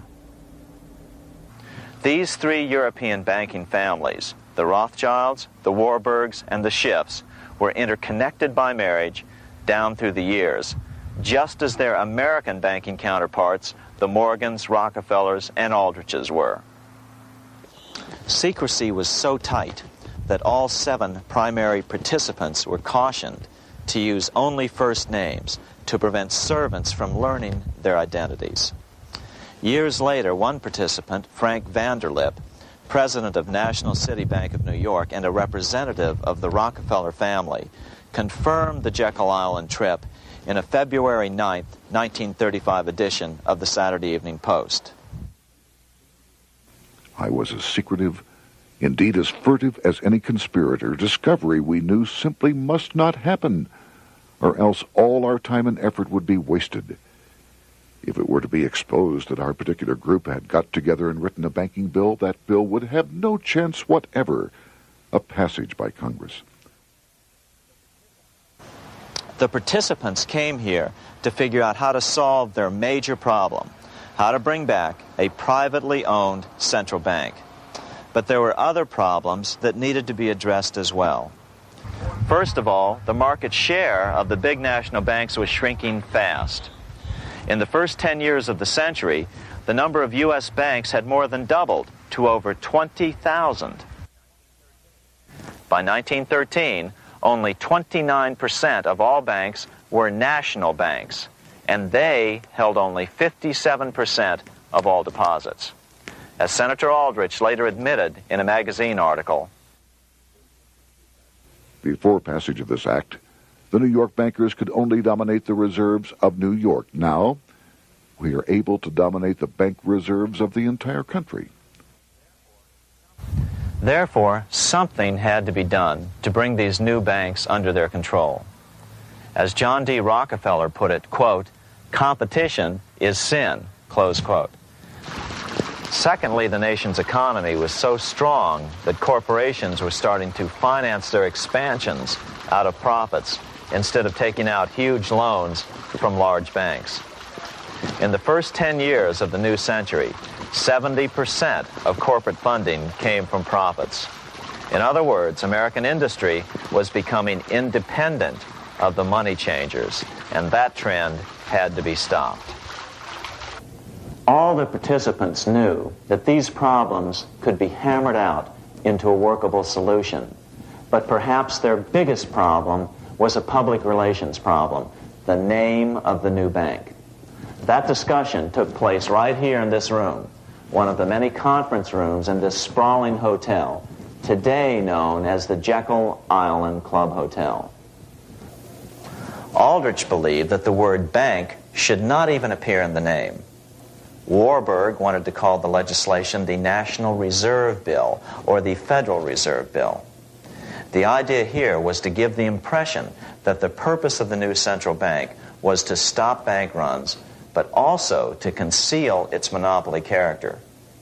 However, it was Aldrich, the egotistical politician, who insisted it be called the Aldrich Bill. After 9 days at Jekyll Island, the group dispersed. The new central bank would be very similar to the old Bank of the United States. It would be given a monopoly over U.S. currency and create that money out of nothing.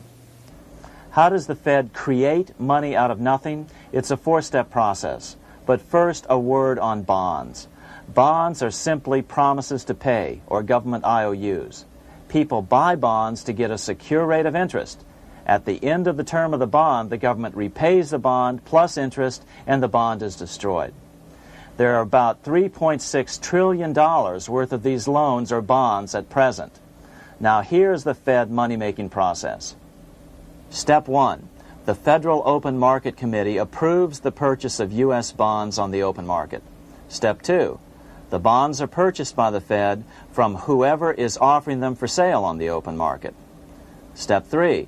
The Fed pays for the bonds with electronic credits to the seller's bank, which in turn credits the seller's bank account.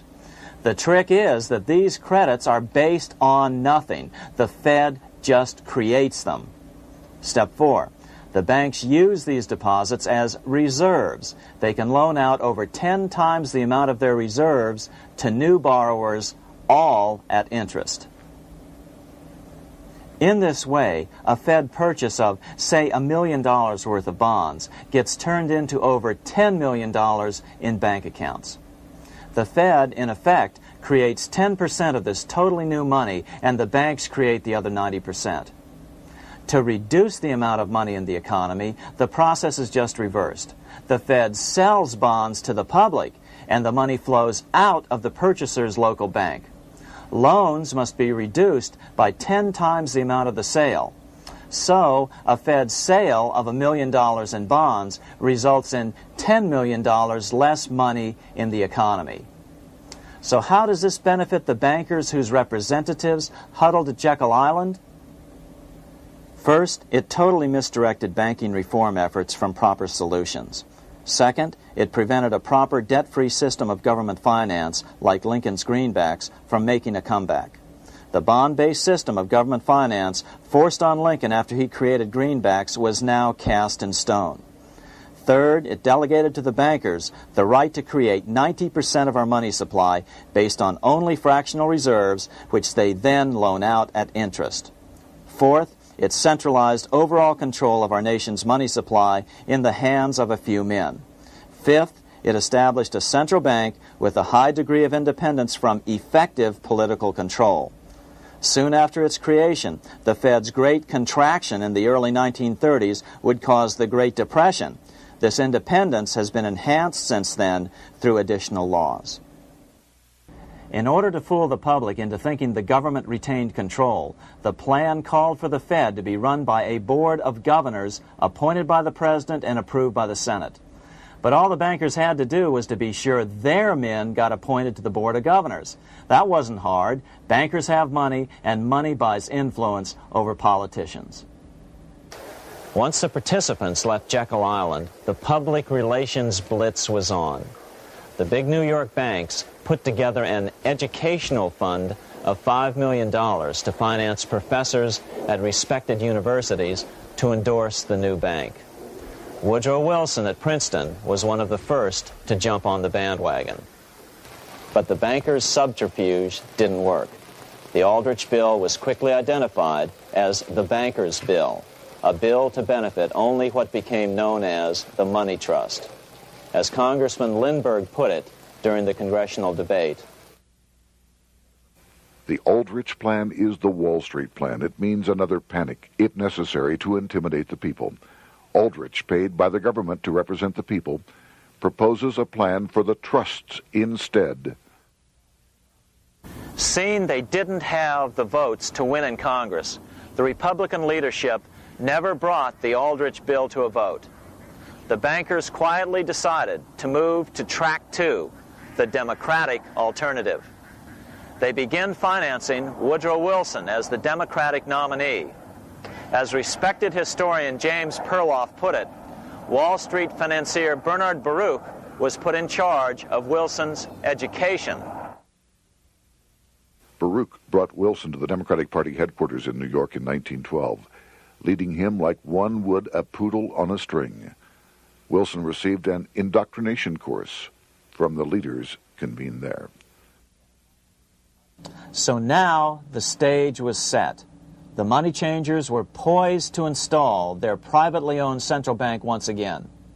The damage President Andrew Jackson had done 76 years earlier had been only partly repaired with the passage of the National Bank Act during the Civil War. Since then, the battle had raged on across the decades. The Jacksonians became the greenbackers, who became the hardcore supporters of William Jennings Bryan. With Bryan leading the charge, these opponents of the money changers, ignorant of Baruch's tutelage, now threw themselves behind Democrat Woodrow Wilson. They and Bryan would soon be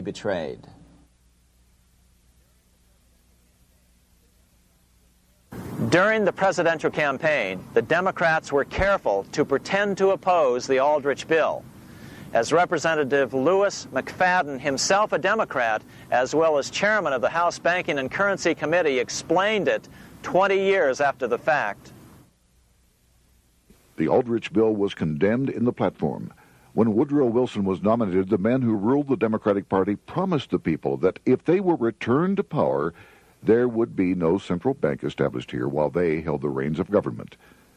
13 months later, that promise was broken, and the Wilson administration, under the tutelage of those sinister Wall Street figures who stood behind Colonel House, established here in our free country the worm-eaten, monarchical institution of the King's Bank, to control us from the top downward and to shackle us from the cradle to the grave.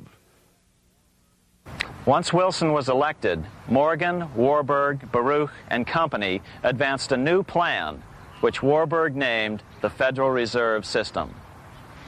The Democratic leadership hailed the new bill, called the Glass-Owen Bill, as something radically different from the Aldrich bill. But in fact, the bill was virtually identical in every important detail.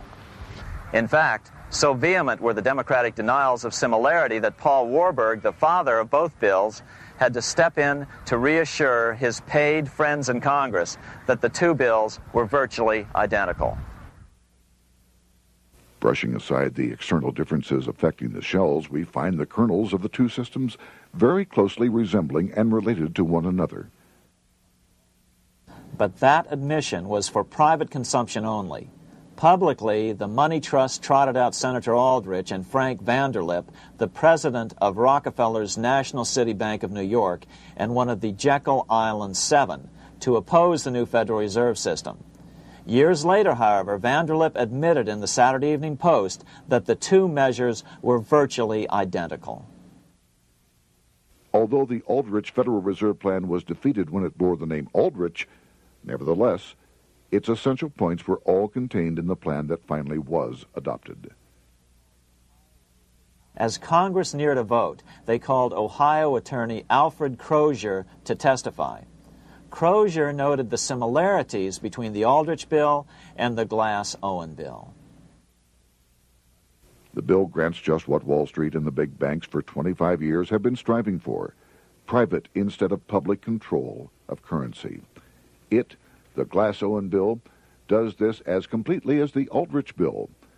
Both measures rob the government and the people of all effective control over the public's money, and vest in the banks exclusively the dangerous power to make money among the people scarce or plenty. During the debate on the measure, senators complained that the big banks were using their financial muscle to influence the outcome. "There are bankers in this country who are enemies of the public welfare," said one senator. What an understatement. Despite the charges of deceit and corruption, the bill was finally snuck through the Senate on December 22, 1913, after most senators had left town for the holidays, after having been assured by the leadership that nothing would be done until long after the Christmas recess. On the day the bill was passed, Congressman Lindbergh prophetically warned his countrymen that this act establishes the most gigantic trust on earth. When the president signs this bill, the invisible government by the monetary power will be legalized. The people may not know it immediately, but the day of reckoning is only a few years removed. The worst legislative crime of the ages is perpetrated by this banking bill. On top of all this, only weeks earlier, Congress had finally passed a bill legalizing income tax. Why was the income tax law important? Because bankers finally had in place a system which would run up a virtually unlimited federal debt. How would the interest on this debt be repaid? Never mind the principal. Remember, a privately owned central bank creates the principal out of nothing. The federal government was small then. Up to then, it had subsisted merely on tariffs and excise taxes.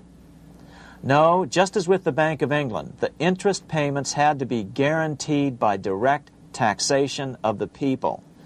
The money changers knew that if they had to rely on contributions from the states, eventually the individual state legislatures would revolt and either refuse to pay the interest on their own money or at least bring political pressure to bear to keep the debt small. It is interesting to note that in 1895, the Supreme Court had found a similar income tax law to be unconstitutional. The Supreme Court even found a corporate income tax law unconstitutional in 1909. As a result, Senator Aldrich hustled a bill for a constitutional amendment allowing income tax through the Congress. The proposed 16th Amendment to the Constitution was then sent to the state legislatures for approval. But some critics claim that the 16th Amendment was never ratified by the necessary 3/4 of the states. In other words, the 16th Amendment may not be legal. But the money changers were in no mood to debate the fine points. By October of 1913, Senator Aldrich had hustled the income tax bill through Congress.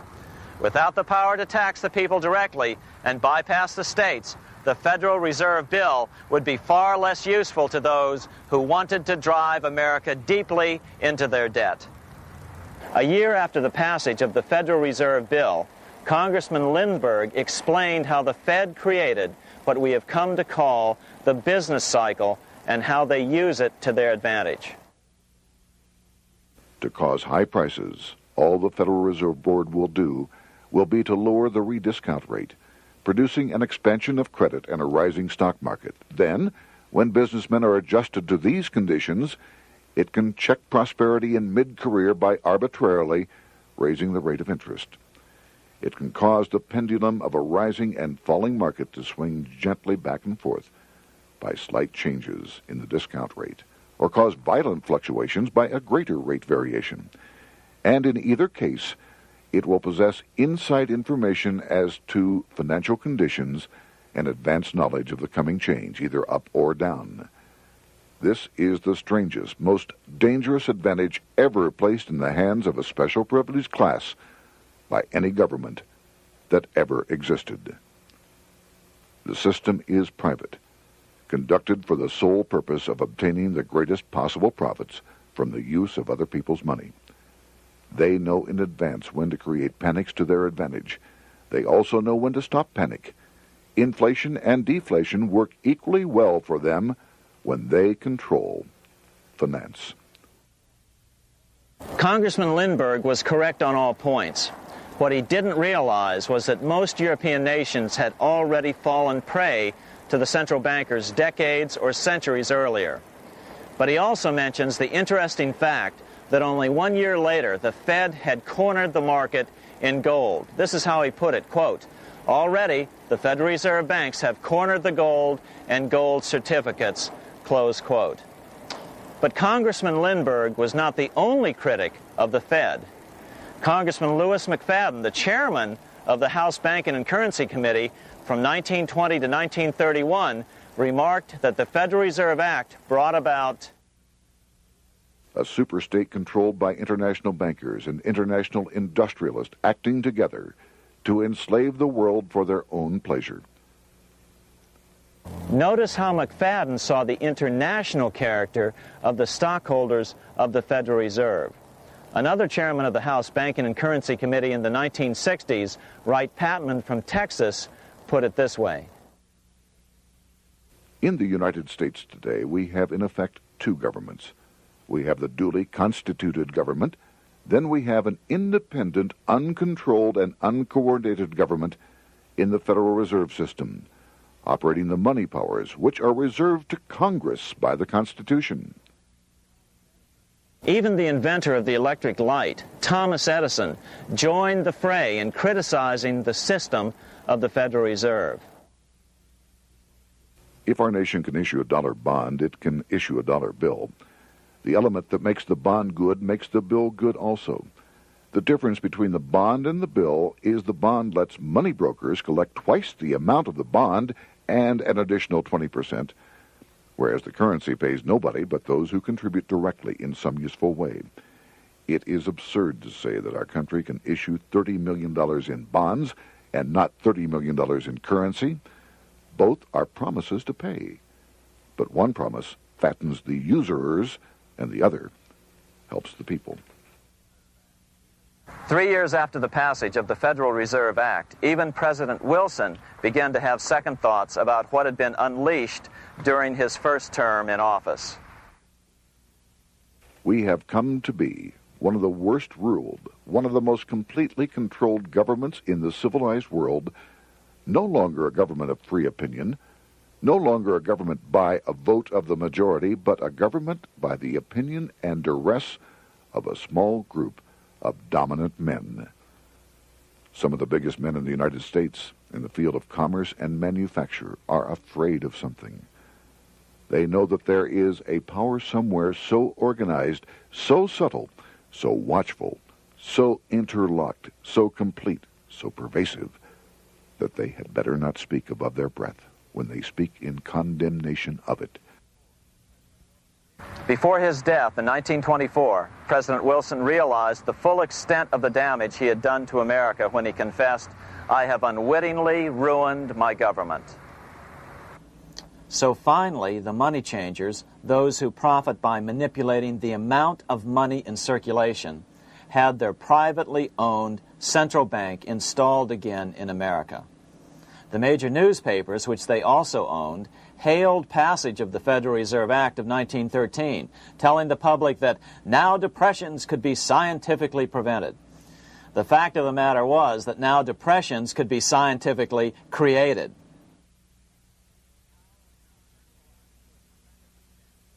Power was now centralized to a tremendous extent. Now it was time for a war, a really big war. In fact, the First World War.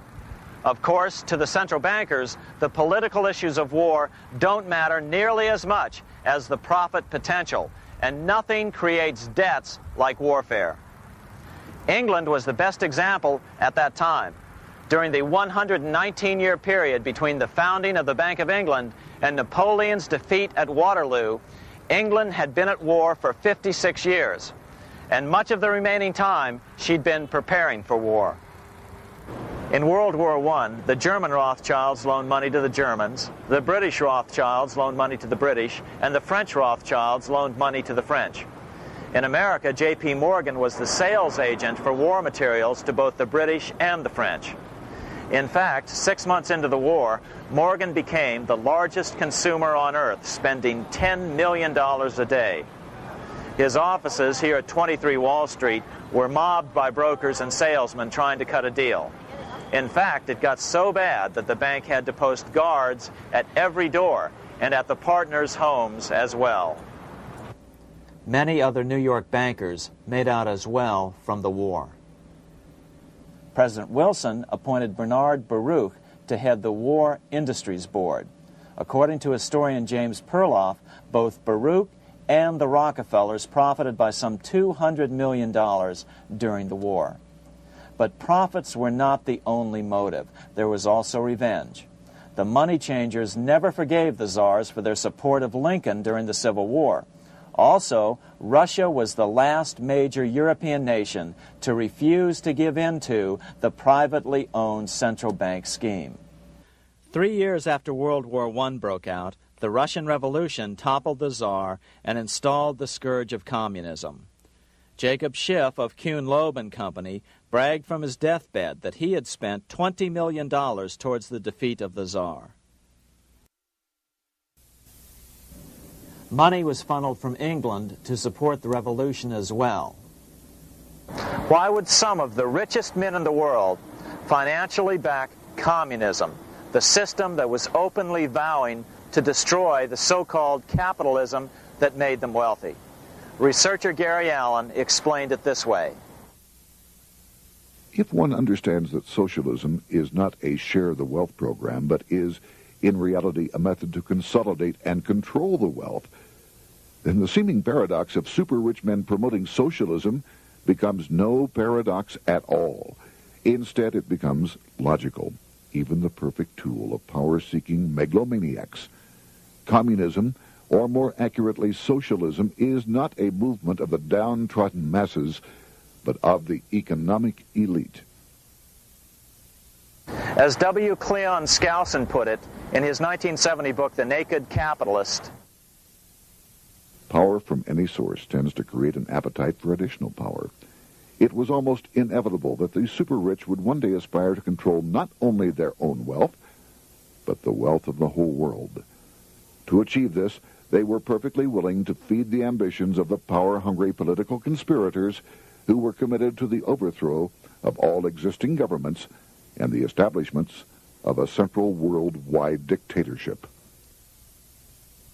but what if these revolutionaries get out of control and try to seize power from the super-rich? After all, it was Mao Zedong who in 1938 stated his position concerning power. Political power grows out of the barrel of a gun. The Wall Street, London axis elected to take the risk. The master planners attempted to control revolutionary communist groups by feeding them vast quantities of money when they obeyed and contracting their money supply or even financing their opposition if they got out of control. Lenin began to understand that although he was the absolute dictator of the new Soviet Union, he was not pulling the financial strings. Someone else was silently in control. The state does not function as we desired. The car does not obey. A man is at the wheel and seems to lead it, but the car does not drive in the desired direction. It moves as another force wishes.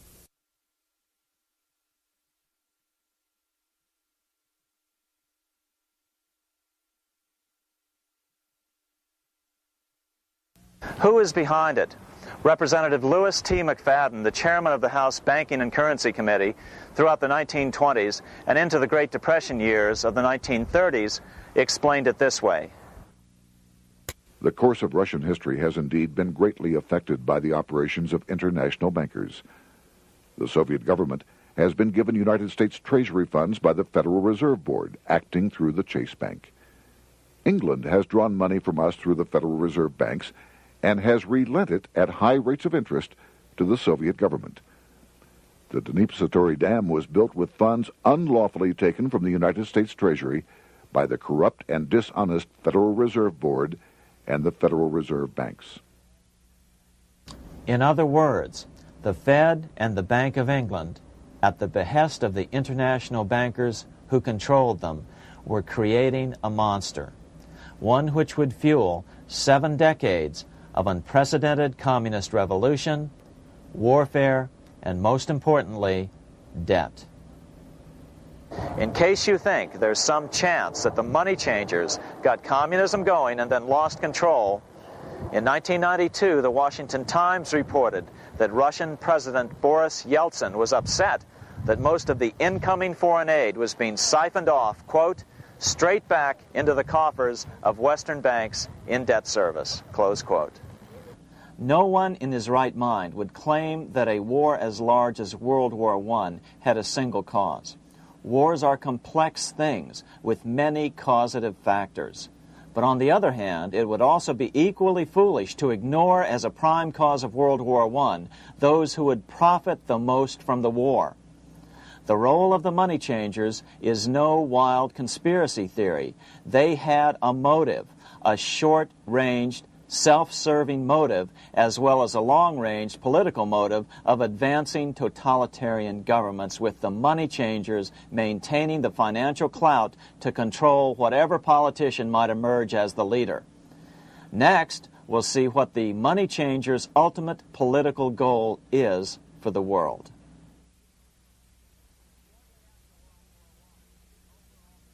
Shortly after World War I, the overall political agenda of the money changers began to be clear. Now that they controlled national economies individually, the next step was the ultimate form of consolidation, world government. The new world government proposal was given top priority at the Paris Peace Conference after World War I. It was called the League of Nations, but much to the surprise of Paul Warburg and Bernard Baruch, who attended the peace conference with President Wilson, the world was not yet ready to dissolve national boundaries. Nationalism still beats strong in the human breast. For example, Lord Curzon, the British Foreign Secretary, called the League of Nations a good joke, even though it was the stated policy of the British government to support it. To the humiliation of President Wilson, the U.S. Congress wouldn't ratify the League either. Despite the fact that it had been ratified by many other nations, without money flowing from the U.S. Treasury, the League died. After World War I, the American public had grown tired of the internationalist policies of Democrat Woodrow Wilson. In the presidential election of 1920, Republican Warren Harding won a landslide victory with over 60% of the vote. Harding was an ardent foe of both Bolshevism and the League of Nations. His election, which opened a 12-year run of Republican presidents in the White House, led to an unprecedented era of prosperity known as the Roaring Twenties. Despite the fact that the war had brought America a debt 10 times larger than its Civil War debt, still the American economy surged. Gold had poured into the country during the war, and it continued to do so afterwards. In the early 1920s, the governor of this bank, the Federal Reserve Bank of New York, a man named Benjamin Strong, met frequently with the secretive and eccentric governor of the Bank of England, Montague Norman. Norman was determined to replace the gold England had lost to the U.S. during World War I and return the Bank of England to its former position of dominance in world finance. On top of that, rich with gold, the American economy might get out of control again, just like it had done after the Civil War. During the next 8 years, under the presidencies of Harding and Coolidge, the huge federal debt built up during World War I was cut by 38%, down to $16 billion, the greatest percentage drop in U.S. history. During the election of 1920, Warren Harding and Calvin Coolidge ran against James Cox, the governor of Ohio, and the little-known Franklin D. Roosevelt, who had previously risen to no higher post than President Wilson's Assistant Secretary of the Navy. After his inauguration, Harding moved quickly to formally kill the League of Nations. Then he quickly moved to reduce domestic taxes while raising tariffs to record heights. Now, this was a revenue policy of which most of the Founding Fathers would certainly have approved. His second year in office, Harding took ill on a train trip in the West and suddenly died. Although no autopsy was performed, the cause was said to be either pneumonia or food poisoning. When Coolidge took over, he continued Harding's domestic economic policy of high tariffs on imports while cutting income taxes. As a result, the economy grew at such a rate that net revenue still increased. Now that had to be stopped. So just as they'd done so frequently before, the money changers decided it was time to crash the American economy. The Federal Reserve began flooding the country with money. They increased the money supply by 62% during these years. Money was plentiful. This is why it was known as the Roaring Twenties. Before his death in 1919, former President Teddy Roosevelt warned the American people what was going on. As reported in the March 27, 1922 edition of the New York Times, Roosevelt said, "These international bankers and Rockefeller Standard Oil interests control the majority of newspapers and the columns of these papers to club into submission or drive out of public office officials who refuse to do the bidding of the powerful, corrupt cliques which compose the invisible government." Just one day before, in the New York Times, the mayor of New York, John Hylan, quoted Roosevelt and blasted those he saw as taking control of America, its political machinery, and its press. The warning of Theodore Roosevelt has much timeliness today, for the real menace of our republic is this invisible government which, like a giant octopus, sprawls its slimy length over city, state, and nation. It seizes in its long and powerful tentacles our executive officers, our legislative bodies, our schools, our courts, our newspapers, and every agency created for the public protection. To depart from mere generalizations, let me say that at the head of this octopus are the Rockefeller Standard Oil interest and a small group of powerful banking houses generally referred to as the international bankers. The little coterie of powerful international bankers virtually run the United States government for their own selfish purposes.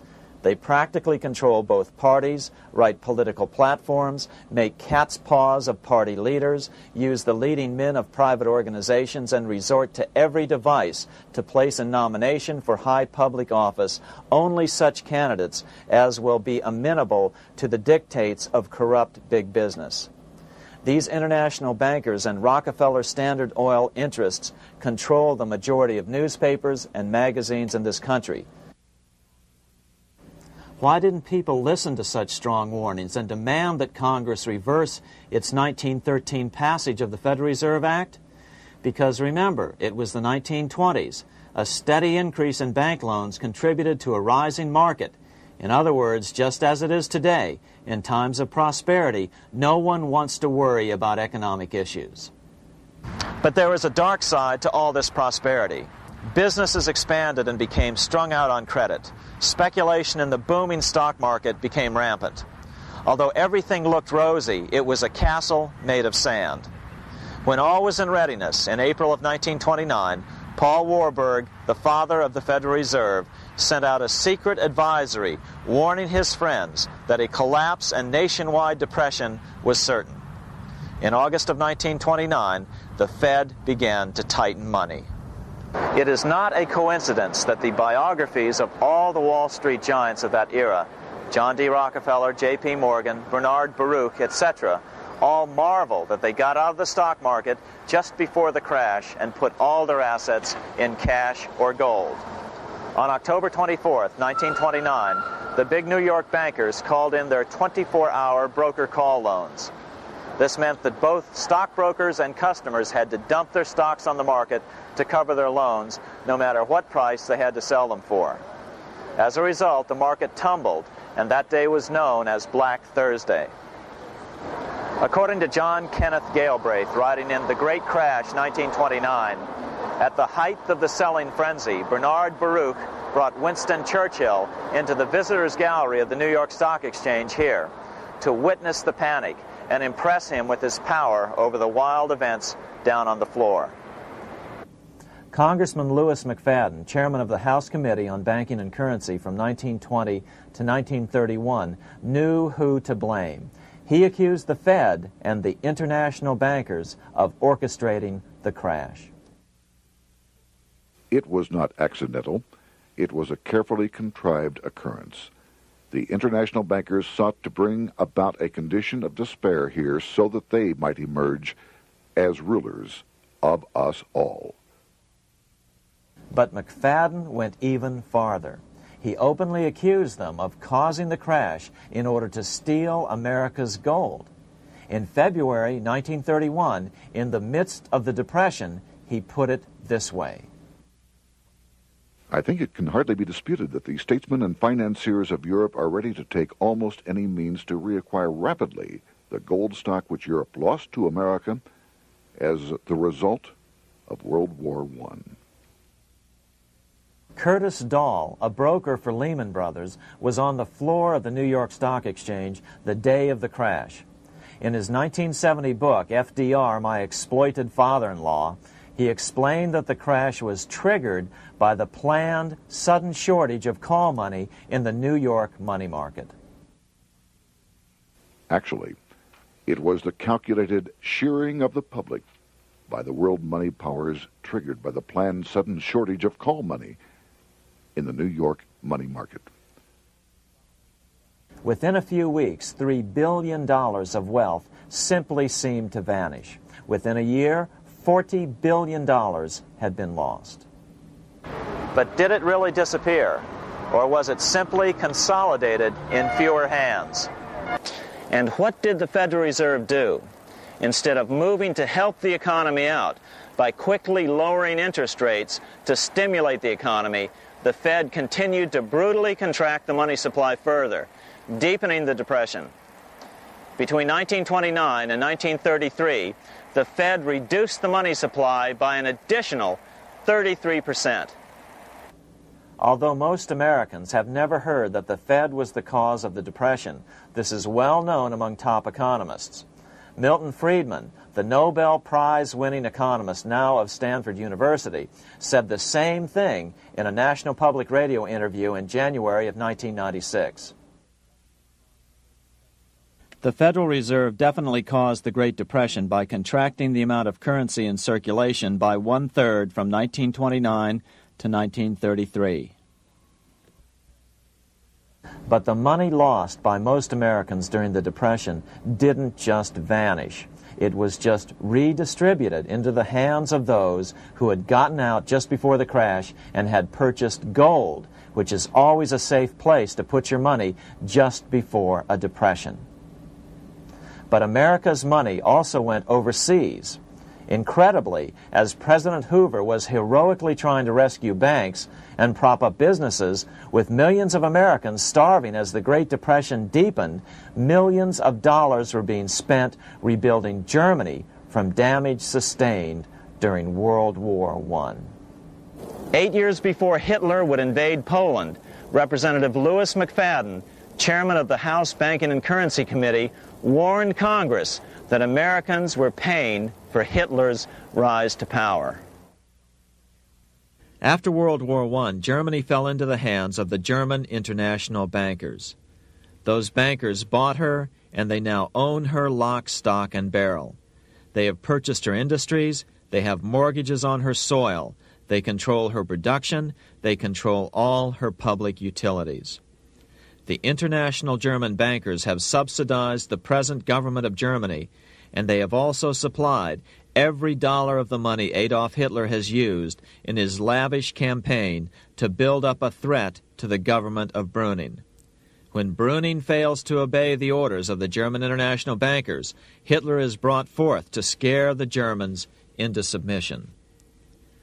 Through the Federal Reserve Board, over $30 billion of American money has been pumped into Germany. You have all heard of the spending that's taken place in Germany. Modernistic dwellings, her great planetariums, her gymnasiums, her swimming pools, her fine public highways, her perfect factories. All this was done on our money. All this was given to Germany through the Federal Reserve Board. The Federal Reserve Board has pumped so many billions of dollars into Germany that they dare not name the total. Franklin D. Roosevelt was swept into office during the 1932 presidential election. Once Roosevelt was in office, however, sweeping emergency banking measures were immediately announced, which did nothing but increase the Fed's power over the money supply. Then, and only then, did the Fed finally begin to loosen the purse strings and feed new money out to the starving American people. At first, Roosevelt railed against the money changers as being the cause of the Depression. Believe it or not, this is what he said on March 4th, 1933, in his inaugural address. Practices of the unscrupulous money changers stand indicted in the court of public opinion, rejected by the hearts and minds of men. The money changers have fled from their high seats in the temple of our civilization. But 2 days later, Roosevelt declared a bank holiday and closed all banks. Later that year, Roosevelt outlawed private ownership of all gold bullion and all gold coins with the exception of rare coins. Most of the gold in the hands of the average American was in the form of gold coins. The new decree was, in effect, a confiscation. Those who didn't comply risk as much as 10 years in prison and a $10,000 fine, the equivalent of $100,000 today. Out in small-town America, some people didn't trust Roosevelt's order. Many were torn between keeping their hard-earned wealth or obeying the government. Those who did turn in their gold were paid the official price for it, $20.66 per ounce. So unpopular was the confiscation order that no one anywhere in government would take credit for authoring it. No congressman claimed it. At the signing ceremony, President Roosevelt made it clear to all present that he was not the author of it and publicly stated that he had not ever read it. Even his Secretary of the Treasury said he'd never read it either, saying it was, quote, what the experts wanted. Roosevelt convinced the public to give up their gold by saying that pooling the nation's resources was necessary to get America out of the Depression. With great fanfare, he ordered a new bullion depository built to hold the mountain of gold the U.S. government was illegally confiscating. By 1936, the U.S. bullion depository at Fort Knox was completed, and in January 1937, the gold began to flow into it. The rip-off of the ages was about to proceed. In 1935, once the gold had all been turned in, the official price of gold was suddenly raised to $35 per ounce. But the catch was, only foreigners could sell their gold at the new higher price. The money changers who had heeded Warburg's note and gotten out of the stock market just before the crash and bought gold at $20.66 per ounce, then shipped it to London, could now bring it back and sell it back to the government, nearly doubling their money while the average American starved. The Fort Knox Bullion Depository sits here in the middle of the Fort Knox Military Reservation, 30 miles southwest of Louisville, Kentucky. This was as close as we were permitted to get to the depository despite years of letters from members of Congress to allow our film crew inside. The 4-acre grounds immediately surrounding the building are guarded by an electrified steel fence, an open moat, and 4 machine-gun-armed guard pillboxes at the structure's corners. When the gold began arriving on January 13, 1937, there was unprecedented security. Thousands of official guests watched the arrival of a 9-car train from Philadelphia, guarded by armed soldiers, postal inspectors, Secret Servicemen, and guards from the U.S. Mint. It was all great theater. America's gold supply from across the land had been pooled, supposedly for the public benefit, and then safely tucked into Fort Knox. But all that security would soon be breached by the government itself. Now the stage was set for a really big war, one which would pile up debt far beyond that of World War I.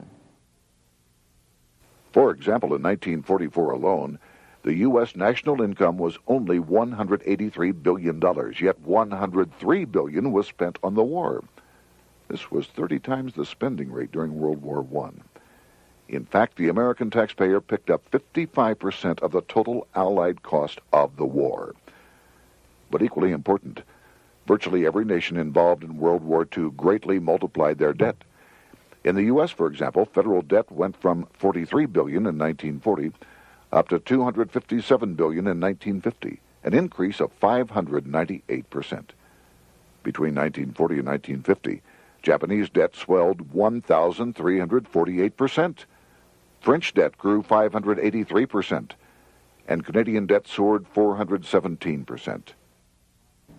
After the war, the world was now divided into 2 economic camps: communist command economies on the one hand versus monopoly capitalists on the other, set to fight it out in one perpetual and highly profitable arms race.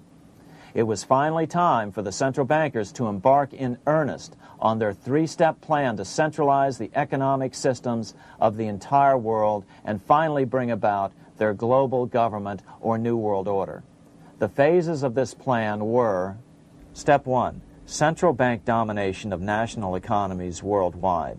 Step 2, centralize regional economies through organizations such as the European Monetary Union and regional trade unions such as NAFTA. Step 3, centralize the world economy through a world central bank, a world money, and ending national independence through abolition of all tariffs by treaties like GATT. Step 1 was completed long ago. Steps 2 and 3 are far advanced, nearing completion. What about gold? Among central banks, the largest holder of gold is now the IMF. It and central banks now control 2/3 of the world's gold supply, giving them the ability to manipulate the gold market. Remember the money changer's golden rule: he who has the gold makes the rules. But before we get into solutions to our problem, let's take a look at what happened to all that gold in Fort Knox. Because if we don't understand that the gold has been stolen, we'll allow ourselves to be stampeded into the wrong solution, a gold-backed currency. Most Americans still believe that the gold is still here at Fort Knox. At the end of World War II, Fort Knox contained over 700 million ounces of gold, an incredible 70% of all the gold in the world. How much remains? No one knows. Despite the fact that federal law requires an annual physical audit of Fort Knox gold, the Treasury has consistently refused to conduct one. The truth is that a reliable audit of whatever remains here has not been conducted since President Eisenhower ordered one in 1953. Where did America's gold in Fort Knox go? Over the years, it was sold off to European money changers at the $35 per ounce price.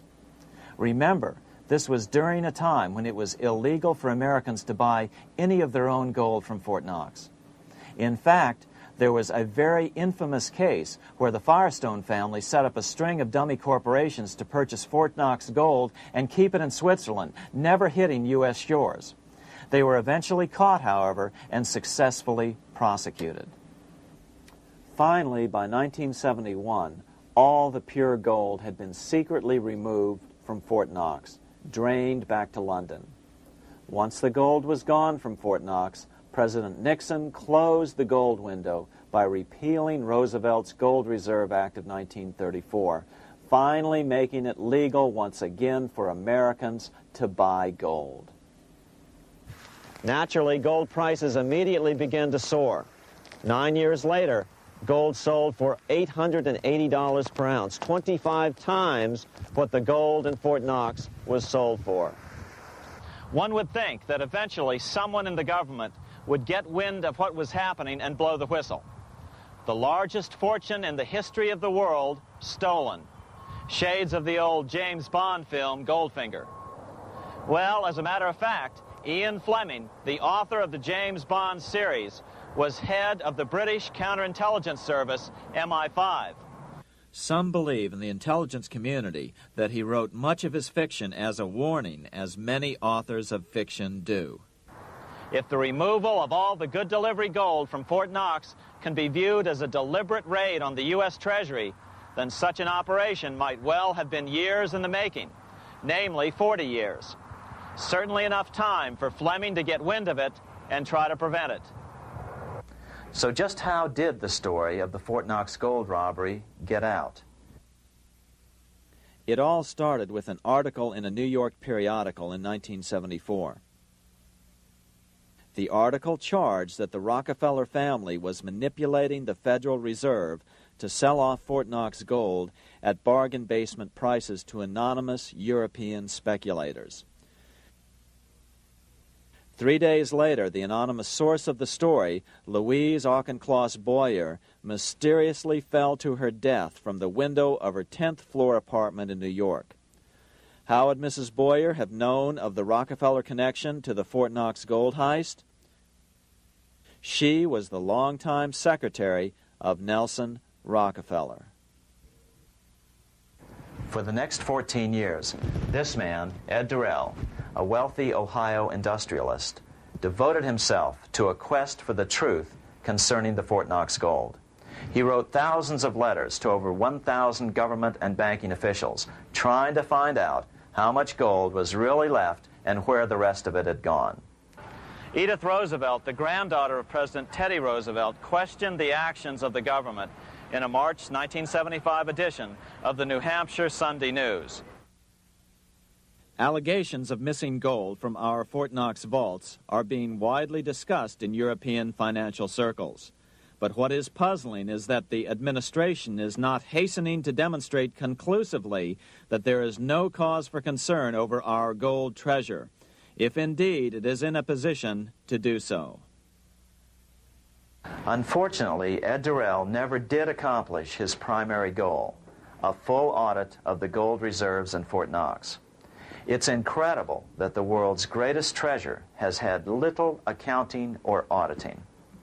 This gold belonged to the American people, not the Federal Reserve and their foreign owners. One thing is certain, the government could blow all of this speculation away in a few days with a well-publicized audit under the searing lights of media cameras. It has chosen not to do so. One must conclude that they are afraid of the truth such an audit would reveal. What is the government so afraid of? Here's the answer.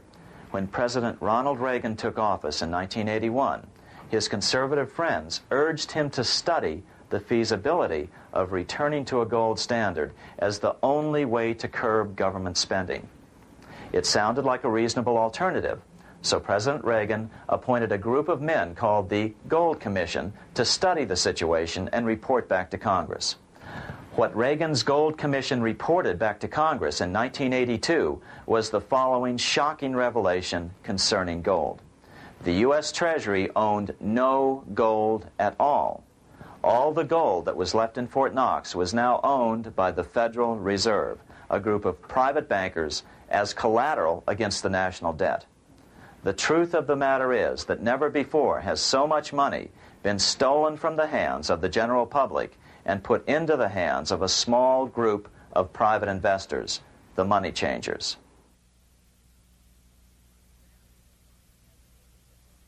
I'm standing in front of the headquarters of the International Monetary Fund located in Washington, D.C. Across the street, right over there, is the headquarters of the World Bank. What are these organizations, and who controls them, and most importantly, are they about to create a huge worldwide depression? Let us step back in time for a moment to the aftermath of World War I. People were tired of war, so under the guise of peacemaking, the international bankers devised a plan to consolidate power even further. Claiming only an international government would stem the tide of world wars, the money changers pushed forward a proposal for world government which stood on three legs. A world central bank to be called the Bank of International Settlements, a world judiciary to be called the World Court located in The Hague, the Netherlands, and a world executive and legislature to be called the League of Nations. As President Clinton's mentor, Georgetown historian Carroll Quigley wrote in his 1966 book, Tragedy and Hope, the powers of financial capitalism had a far-reaching plan, nothing less than to create a world system of financial control in private hands, able to dominate the political system of each country and the economy of the world as a whole. This system was to be controlled in a feudalistic fashion by the central banks of the world, acting in concert by secret agreements arrived at in frequent meetings and conferences. The apex of the system was to be the Bank for International Settlements in Bâle, Switzerland, a private bank owned and controlled by the world central banks, which were themselves private corporations.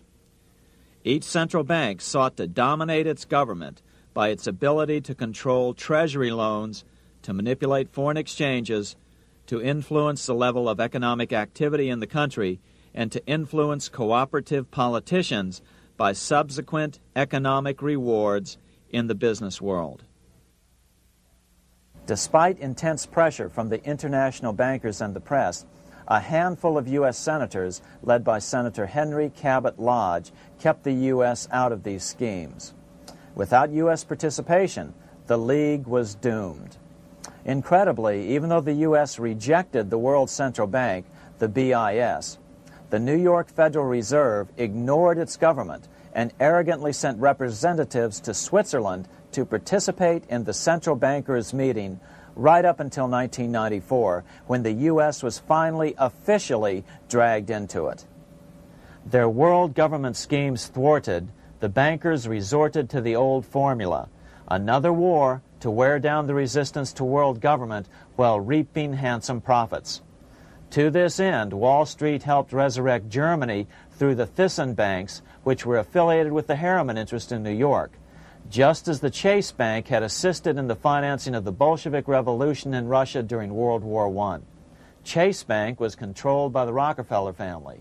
Subsequently, it was merged with Warburg's Manhattan Bank to form the Chase Manhattan Bank. Now this has merged with Chemical Bank of New York, making it the largest Wall Street bank. Their strategy worked. Even before World War II was over, world government was back on track. In 1944, at Bretton Woods, New Hampshire, the International Monetary Fund and the World Bank were approved with full U.S. participation. The Second League of Nations, renamed the United Nations, was approved in 1945. Soon, a new international court system was functioning as well. All effective opposition to these international bodies before the war had evaporated in the heat of war, just as planned. These new organizations simply repeated on a world scale what the National Banking Act of 1864 and the Federal Reserve Act of 1913 had established in the U.S. They created a banking cartel composed of the world's central banks, which gradually assumed the power to dictate credit policies to the banks of all the nations. For example, just as the Federal Reserve Act authorized the creation of a new national fiat currency called Federal Reserve Notes, the IMF has been given the authority to issue a world fiat money called Special Drawing Rights, or SDRs. To date, the IMF has created in excess of $30 billion worth of SDRs. Member nations are being pressured to make their currencies fully exchangeable for SDRs. In 1968, Congress approved laws authorizing the Fed to accept SDRs as reserves in the U.S. and to issue Federal Reserve notes in exchange for SDRs. What does that mean? It means that in the U.S., SDRs are already a part of our lawful money. And what about gold? SDRs are already partially backed by gold. And with 2/3 of world gold now in the hands of central banks, the money changers can go about structuring the world's economic future in whichever way they deem most profitable. Keep in mind, just as the Fed is controlled by its Board of Governors, the IMF is controlled by its Board of Governors, which are either the heads of the different central banks or the heads of the various national treasury departments dominated by their central banks. Voting power in the IMF gives the U.S. and the U.K., that is to say the Fed and the Bank of England, effective control. Just as the Fed controls the amount of money in the U.S., the BIS, IMF, and World Bank control the money supply for the world. So we see the repetition of the old goldsmith's fraud replicated on the national scale with central banks like the Fed and on the international scale by the three arms of the world central bank. Is this organization of the BIS, the IMF, and the World Bank, which we refer to collectively as the World Central Bank, presently expanding and contracting world credit? Yes. Regulations put into effect in 1988 by the BIS required the world's bankers to raise their capital and reserves to 8% of liabilities by 1992. Increased capital requirements put an upper limit to the fractional reserve lending, similar to the way cash reserve requirements do. What has this seemingly insignificant regulation made in a Swiss city 8 years ago meant to the world? It means our banks cannot loan more and more money to buy more and more time before the next depression, as a maximum loan ratio is now set. It means those nations with the lowest bank reserves in their systems have already felt the terrible effects of this credit contraction as their banks scrambled to raise money to increase their reserves to 8%. To raise the money, they had to sell stocks, which depressed their stock markets and began the depression first in their countries. Japan, which in 1988 had among the lowest capital and reserve requirements and thus was the most affected by the regulation, has experienced a financial crash which began almost immediately in 1989, which has wiped out a staggering 50% of the value of its stock market since 1990 and 60% of the value of its commercial real estate. The Bank of Japan has lowered its interest rates to 0.5%, practically giving away money to resurrect the economy, but still the depression worsens. Due to the $20 billion U.S. bailout of Mexico, the financial collapse in that nation is already known here. Yet despite the bailout, the economy continues to be a disaster. One huge debt after another is rolled over as new loans are being made simply to enable Mexico to pay the interest on the old loans. In the south of Mexico, the poor have been in open revolt as every spare peso is being siphoned out of the country to make interest payments. It is important to note that a radical transfer of power is taking place as nations become subservient to a supranational world central bank controlled by a handful of the world's richest bankers. As the IMF creates more and more SDRs by the stroke of a pen on IMF ledgers, more and more nations borrow them to pay interest on their mounting debts and gradually fall under the control of the faceless bureaucrats of the World Central Bank. As the worldwide depression worsens and spreads, this will give the World Central Bank the power of economic life and death over these nations. It will decide which nations will be permitted to receive further loans and which nations will starve. Despite all the rhetoric about development and the alleviation of poverty, the result is a steady transfer of wealth from the debtor nations to the money changers' central banks which control the IMF and the World Bank. For example, in 1992, the Third World debtor nations, which borrowed from the World Bank, paid $198 million more to the central banks of the developed nations for World Bank-funded purposes than they received from the World Bank. All this increases their permanent debt in exchange for temporary relief of poverty caused by prior borrowings. Already, these repayments exceed the amount of the new loans. By 1992, Africa's external debt had reached $290 billion, 2.5 times greater than in 1980, resulting in skyrocketing infant mortality rates and unemployment, deterioration of schools, housing, and the general health of the people. The entire world faces the immeasurable suffering already destroying the Third World and now Japan, all for the benefit of the money changers. As one prominent Brazilian politician put it, "The Third World War has already started. It is a silent war, not for that reason any less sinister. The war is tearing down Brazil, Latin America, and practically all the Third World. Instead of soldiers dying, there are children. It is a war over the Third World debt, one which has as its main weapon interest, a weapon more deadly than the atom bomb, more shattering than a laser beam."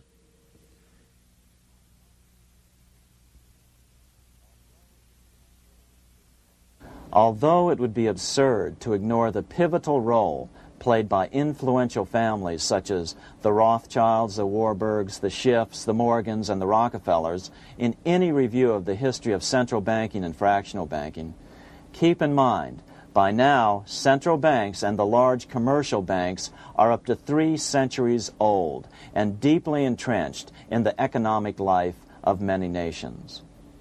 These banks are no longer dependent on clever individuals such as a Nathan Rothschild. Years ago, the question of ownership was important, but no longer. For example, both the Bank of England and the Bank of France were nationalized after World War II, and nothing changed, nothing at all. They endure and continue to grow, now protected by numerous laws, paid politicians, and mortgaged media, untouched by the changing of generations. 3 centuries have given them an aura of respectability. The old school tie is now worn by the 6th generation son, who's been raised in a system that he may never question as he is named to serve on the governing boards of countless philanthropic organizations. To focus attention today on individuals or families, or to attempt to sort out the current holders of power, serves little useful purpose and would be a distraction from the cure. The problem is far bigger than that. It is the corrupt banking system that was and is being used to consolidate vast wealth into fewer and fewer hands that is our current economic problem. Change the names of the main players now, and the problem will neither go away nor even miss a beat. Likewise, among the hordes of bureaucrats working in the World Bank, central banks, and international banks, only a tiny fraction have any idea of what's really going on. No doubt they'd be horrified to learn that their work is contributing to the terrible impoverishment and gradual enslavement of mankind to a few incredibly rich plutocrats. So really, there's no use in emphasizing the role of individuals anymore. And the problem even transcends the normal spectrum of political right and left. Both communism and socialism, as well as monopoly capitalism, have been used by the money changers. Today, they profit from either side of the new political spectrum. The big government, welfare state on the so-called left wing versus the neoconservative, laissez-faire capitalists who want big government totally out of their lives on the right wing. Either way, the bankers win. Monetary reform is the most important political issue facing this nation. That clarified, let's proceed to the conclusions in the spirit Lincoln declared, with malice towards none, with charity towards all. At the start of this video, we ask a number of troubling questions. Let's be sure we've answered them. What's going on in America today? Why are we over our heads in debt? Why can't the politicians bring debt under control? Why are we over our heads in debt? Because we're laboring under a debt money system that is designed and controlled by private bankers. Now, some will argue that the Federal Reserve System is a quasi-governmental agency. But the President appoints only 2 of the 7 members of the Federal Reserve Board of Governors every 4 years. And he appoints them to 14-year terms, far longer than his own. The Senate does confirm those appointments, but the whole truth is that the President wouldn't dare appoint anyone to that board of whom Wall Street does not approve. Of course, this does not preclude the possibility that some honorable men may be appointed to the Board of Governors. But the fact is that the Fed is specifically designed to operate independently of our government, as are nearly all other central banks. Some argue that the Fed promotes monetary stability. We saw the current head of the Bank of England, Eddie George, claim that this was the most important role of a central bank. In fact, the Fed's record of stabilizing the economy shows it to be a miserable failure in this regard. Within the first 25 years of its existence, the Fed caused 3 major economic downturns, including the Great Depression, and for the last 30 years has shepherded the American economy into a period of unprecedented inflation. Again, this is not some wild conspiracy theory. It's a well-known fact among top economists. As Nobel Prize-winning economist Milton Friedman put it, the stock of money, prices, and output was decidedly more unstable after the establishment of the Federal Reserve System than before. The most dramatic period of instability in output was, of course, the period between the 2 wars, which includes the severe monetary contractions of 1920-21, 1929-33, and 1937-38. No other 20-year period in American history contains as many as 3 such severe contractions. This evidence persuades me that at least a third of the price rise during and just after World War I is attributable to the establishment of the Federal Reserve System, and that the severity of each of the major contractions, 1920-21, 1929-33, and 1937-38, is directly attributable to acts of commission and omission by the reserve authorities. Any system which gives so much power and so much discretion to a few men so that mistakes, excusable or not, can have such far-reaching effects is a bad system. It is a bad system to believers in freedom just because it gives a few men such power without any effective check by the body politic. This is the key political argument against an independent central bank. To paraphrase Clemenceau, money is much too serious a matter to be left to the central bankers.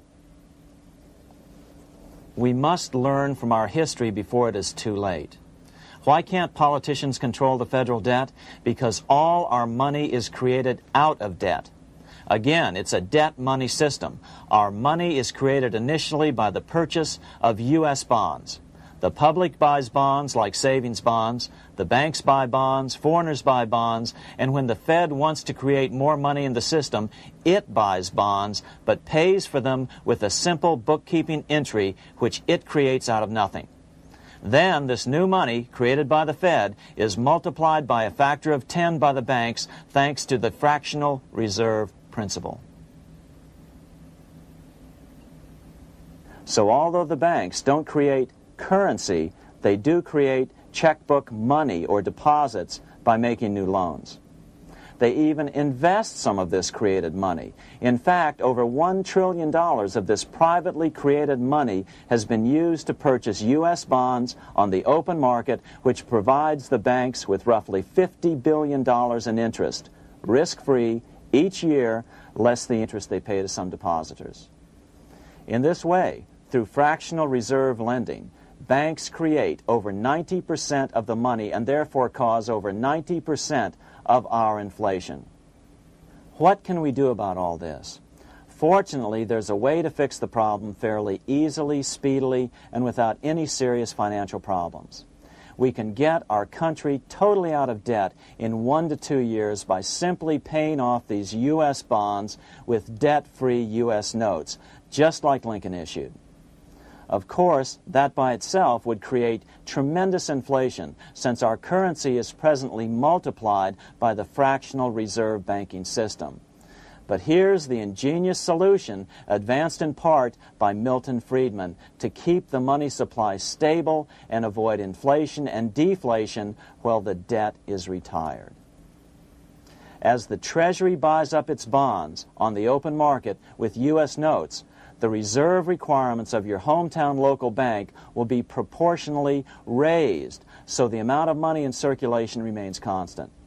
As those holding bonds are paid off in U.S. notes, they will deposit this money, thus making available the currency then needed by the banks to increase their reserves. Once all the U.S. bonds are replaced with U.S. notes, banks will be at 100% reserve banking instead of the fractional reserve system currently in use. From this point on, the former Fed buildings will only be needed as a central clearinghouse for checks and as vaults for U.S. notes. The Federal Reserve Act will no longer be necessary and could be repealed. Monetary power can be transferred back to the Treasury Department. There would be no further creation or contraction of money by banks. By doing it this way, our national debt can be paid off in a single year or so, and the Fed and fractional reserve banking abolished without national bankruptcy, financial collapse, inflation or deflation, or any significant change in the way the average American goes about his business. To the average person, the primary difference would be that for the first time since the Federal Reserve Act was passed in 1913, taxes would begin to go down. Now there's a real national blessing for you, rather than for Hamilton's banker friends. Now let's take a look at these proposals in more detail. Here are the main provisions of a Monetary Reform Act which needs to be passed by Congress. We've drafted a proposed Monetary Reform Act which follows at the end of this tape. Of course, variations with the same results would be equally welcome. 1. Pay off the debt with debt-free U.S. notes. As Thomas Edison put it, if the U.S. can issue a dollar bond, it can issue a dollar bill. They both rest purely on the faith and credit of the United States government. This amounts to a simple substitution of one type of government obligation for another. One bears interest, the other doesn't. Federal Reserve notes could be used for this as well, but could not be printed after the Fed's abolished as we propose, so we suggest using U.S. notes instead. 2. Abolish fractional reserve banking. As the debt is paid off, the reserve requirements of all banks and financial institutions would be raised proportionally at the same time to absorb the new U.S. notes, which would be deposited and become the bank's increased reserves. Towards the end of the first year of the transition period, the remaining liabilities of financial institutions would be assumed or acquired by the U.S. government in a one-time operation. In other words, they too would eventually be paid off with debt-free U.S. notes in order to keep the total money supply stable. At the end of the first year or so, all of the national debt would be paid, and we could start enjoying the benefits of full reserve banking. The Fed would be obsolete, an anachronism. 3. Repeal the Federal Reserve Act of 1913 and the National Banking Act of 1864. These acts delegate the money power to a private banking monopoly. They must be repealed, and the money power handed back to the Department of Treasury, where they were initially under President Abraham Lincoln. No banker or person in any way affiliated with financial institutions should be allowed to regulate banking. After the first two reforms, these acts would serve no useful purpose anyway, since they relate to a fractional reserve banking system. 4. Withdraw the U.S. from the IMF, the BIS, and the World Bank. These institutions, like the Federal Reserve, are designed to further centralize the power of the international bankers over the world's economy, and the U.S. must withdraw from them. Their harmless functions, such as currency exchange, can be accomplished either nationally or in new organizations limited to those functions. Such a monetary reform act would guarantee that the amount of money in circulation would stay very stable, causing neither inflation nor deflation. Remember, for the last 3 decades, the Fed has doubled the American money supply every 10 years. That fact and fractional reserve banking are the real causes of inflation and the reduction in our buying power, a hidden tax. These and other taxes are the real reasons both parents now have to work just to get by. The money supply should increase slowly to keep prices stable, roughly in proportion to population growth, about 3% per year, not at the whim of a group of bankers meeting in secret. In fact, all future decisions on how much money will be in the American economy must be made based on statistics of population growth and the price level index. The new monetary regulators and the Treasury Department, perhaps called the Monetary Committee, would have absolutely no discretion in this matter except in time of declared war. This would ensure a steady, stable money growth of roughly 3% per year, resulting in stable prices and no sharp changes in the money supply. To make certain the process is completely open and honest, all deliberations would be public, not secret, as meetings of the Fed's Board of Governors are today. How do we know this will work? Because these steps remove the 2 major causes of economic instability, the Fed and fractional reserve banking, and the newest one as well, the BIS, Bank of International Settlements. But most importantly, the danger of a severe depression would be eliminated. Let's listen to Milton Friedman on the single cause of severe economic depressions. I know of no severe depression in any country or any time that was not accompanied by a sharp decline in the stock of money, and equally of no sharp decline in the stock of money that was not accompanied by a severe depression. Issuing our own currency is not a radical solution. It's been advocated by Presidents Jefferson, Madison, Jackson, Van Buren, and Lincoln. But it's been used at different times throughout Europe as well. Perhaps the best example is one of the small islands off the coast of France in the English Channel.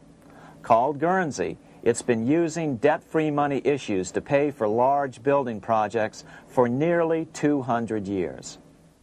Here we are on Guernsey, and this is the Guernsey flower and vegetable market. Guernsey is one of the most successful examples of just how well a debt-free money system can work. In 1815, a committee was appointed to investigate how best to finance this new market. The impoverished island could not afford more new taxes, so the state's fathers decided to try a revolutionary idea: issue their own paper money. They were just colorful paper notes, backed by nothing, but the people of this tiny island agreed to accept them and trade with them. To be sure they circulated widely, they were declared to be good for the payment of taxes. Of course, this idea was nothing new. It was exactly what America had done before the American Revolution, and there are many other examples throughout the world. But it was new to Guernsey, and it worked miracles. This market is still in use, and remember, it was built for no debt to the people of this island state. But what if we follow Guernsey's example? How would the bankers react to these reforms?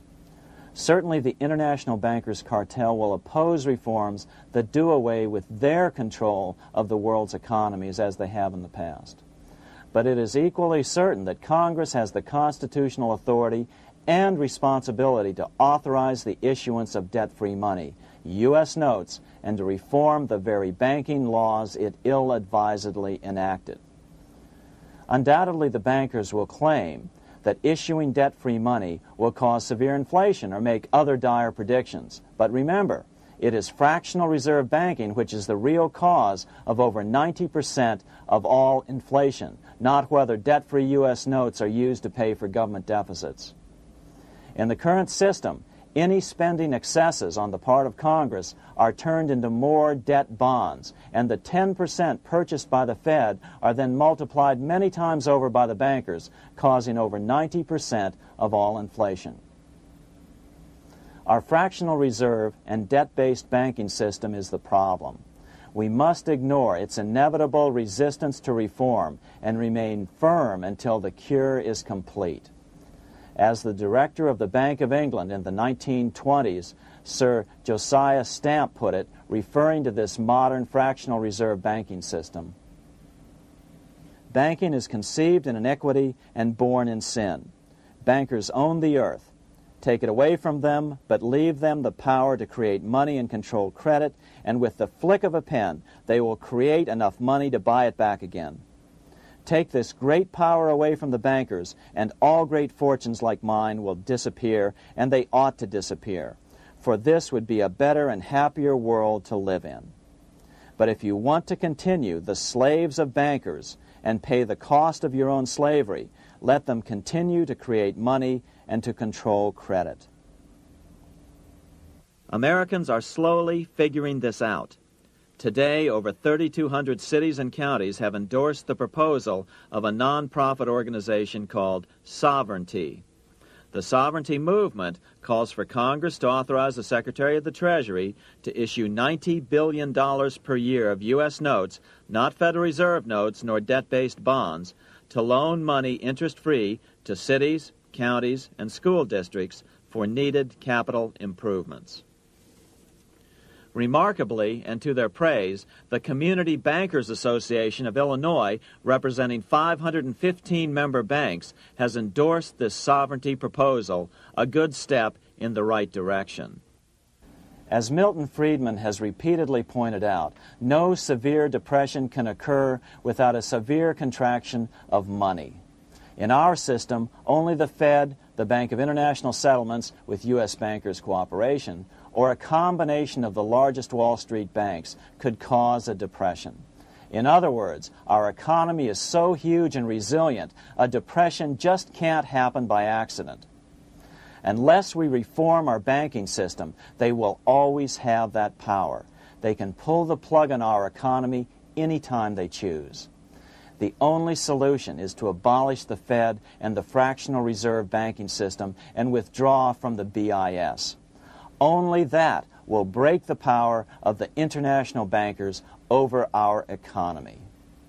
And keep in mind, a stock market crash itself cannot cause a severe depression. Only the severe contraction of our money supply can cause a severe depression. The stock market crash of 1929 only wiped out market speculators, mostly the small to medium ones, resulting in $3 billion in wealth changing hands. But it served as a smokescreen for a 33% contraction in credit by the Fed over the next 4 years, which resulted in over $40 billion in wealth from the American middle class being transferred to the big banks. Then, despite impotent howls of protest from a divided Congress, the independent Fed kept the money supply contracted for a full decade. Only World War II ended the terrible suffering the Fed inflicted on the American people. In a depression, the remaining wealth of the debt-burdened American middle class will be wiped out by unemployment, declining wages, and the resulting foreclosures.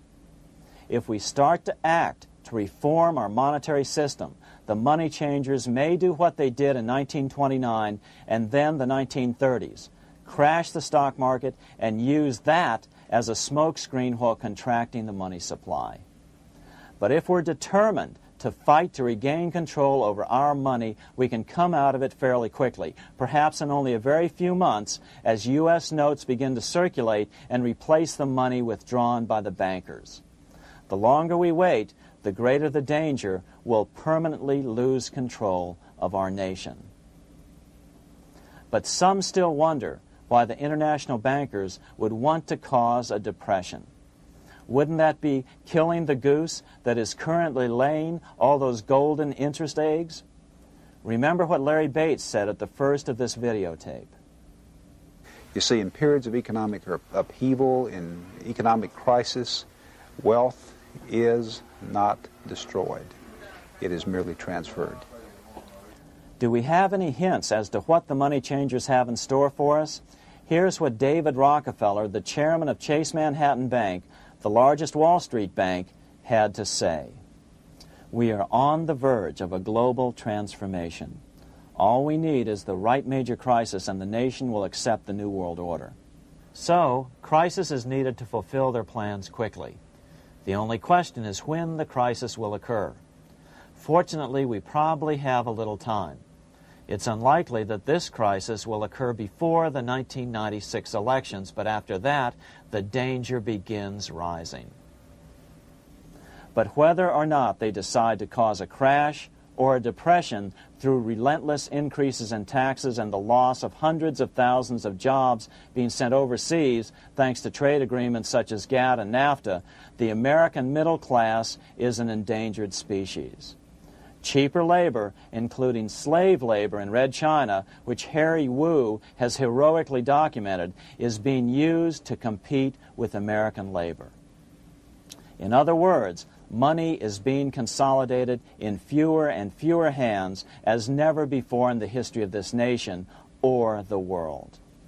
Without reform, the American middle class will soon be extinct, leaving only the very rich few and the very many poor, as has already occurred in most of the world. We've been warned of all this by congressmen, presidents, industrialists, and economists down through the years. Religious leaders, too, have seen the danger. About 1898, during the time of William Jennings Bryan, Pope Leo XIII put it this way. On the one side, there is the party which holds the power because it holds the wealth, which has in its grasp all labor and all trade, which manipulates for its own benefit and its own purposes all the sources of supply, and which is powerfully represented in the councils of state itself. On the other side, there is the needy and powerless multitude, sore and suffering. Rapacious usury, which, although more than once condemned by the Church, is nevertheless under a different form, but with the same guilt, still practiced by avaricious and grasping men, so that a small number of very rich men have been able to lay upon the masses of the poor a yoke little better than slavery itself. More recently, during America's Great Depression, Pope Pius XI spoke of the same problem. In our days, not alone is wealth accumulated, but immense power and despotic economic domination is concentrated in the hands of a few. This power becomes particularly irresistible when exercised by those who, because they hold and control money, are able also to govern credit and determine its allotment. For this reason, supplying, so to speak, the lifeblood to the entire economic body and grasping, as it were, in their hands the very soul of the economy, so that no one dare breathe against their will. Educate your friends. Our country needs a solid group who really understand how our money is manipulated and what the solutions really are. Because if a depression comes, there will be those who call themselves conservatives who will come forward advancing solutions framed by the international bankers. Beware of calls to return to a gold standard. Why? Simple, because never before has so much gold been so concentrated outside of American hands. And never before has so much gold been in the hands of international governmental bodies such as the World Bank and International Monetary Fund. A gold-backed currency usually brings despair to a nation, and to return to it would certainly be a false solution in our case. Remember, we had a gold-backed currency in 1929 and during the first 4 years of the Great Depression. Likewise, beware of any plans advanced for a regional or world currency. This is the international bankers' Trojan horse.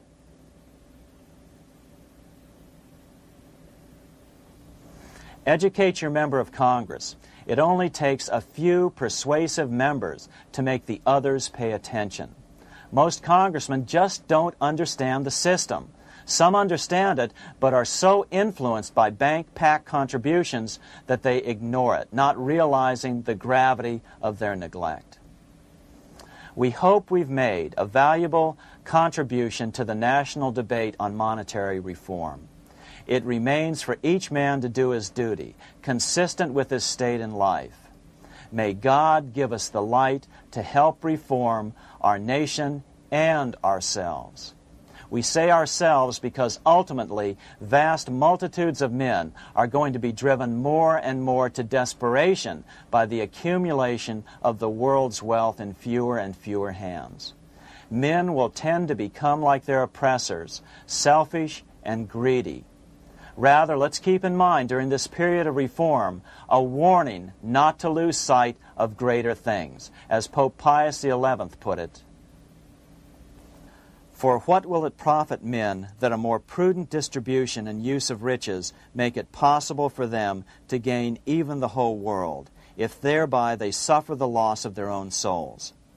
What will it profit to teach them sound principles in economics, if they permit themselves to be so swept away by selfishness, by unbridled and sordid greed, that hearing the commandments of the Lord, they do all things contrary?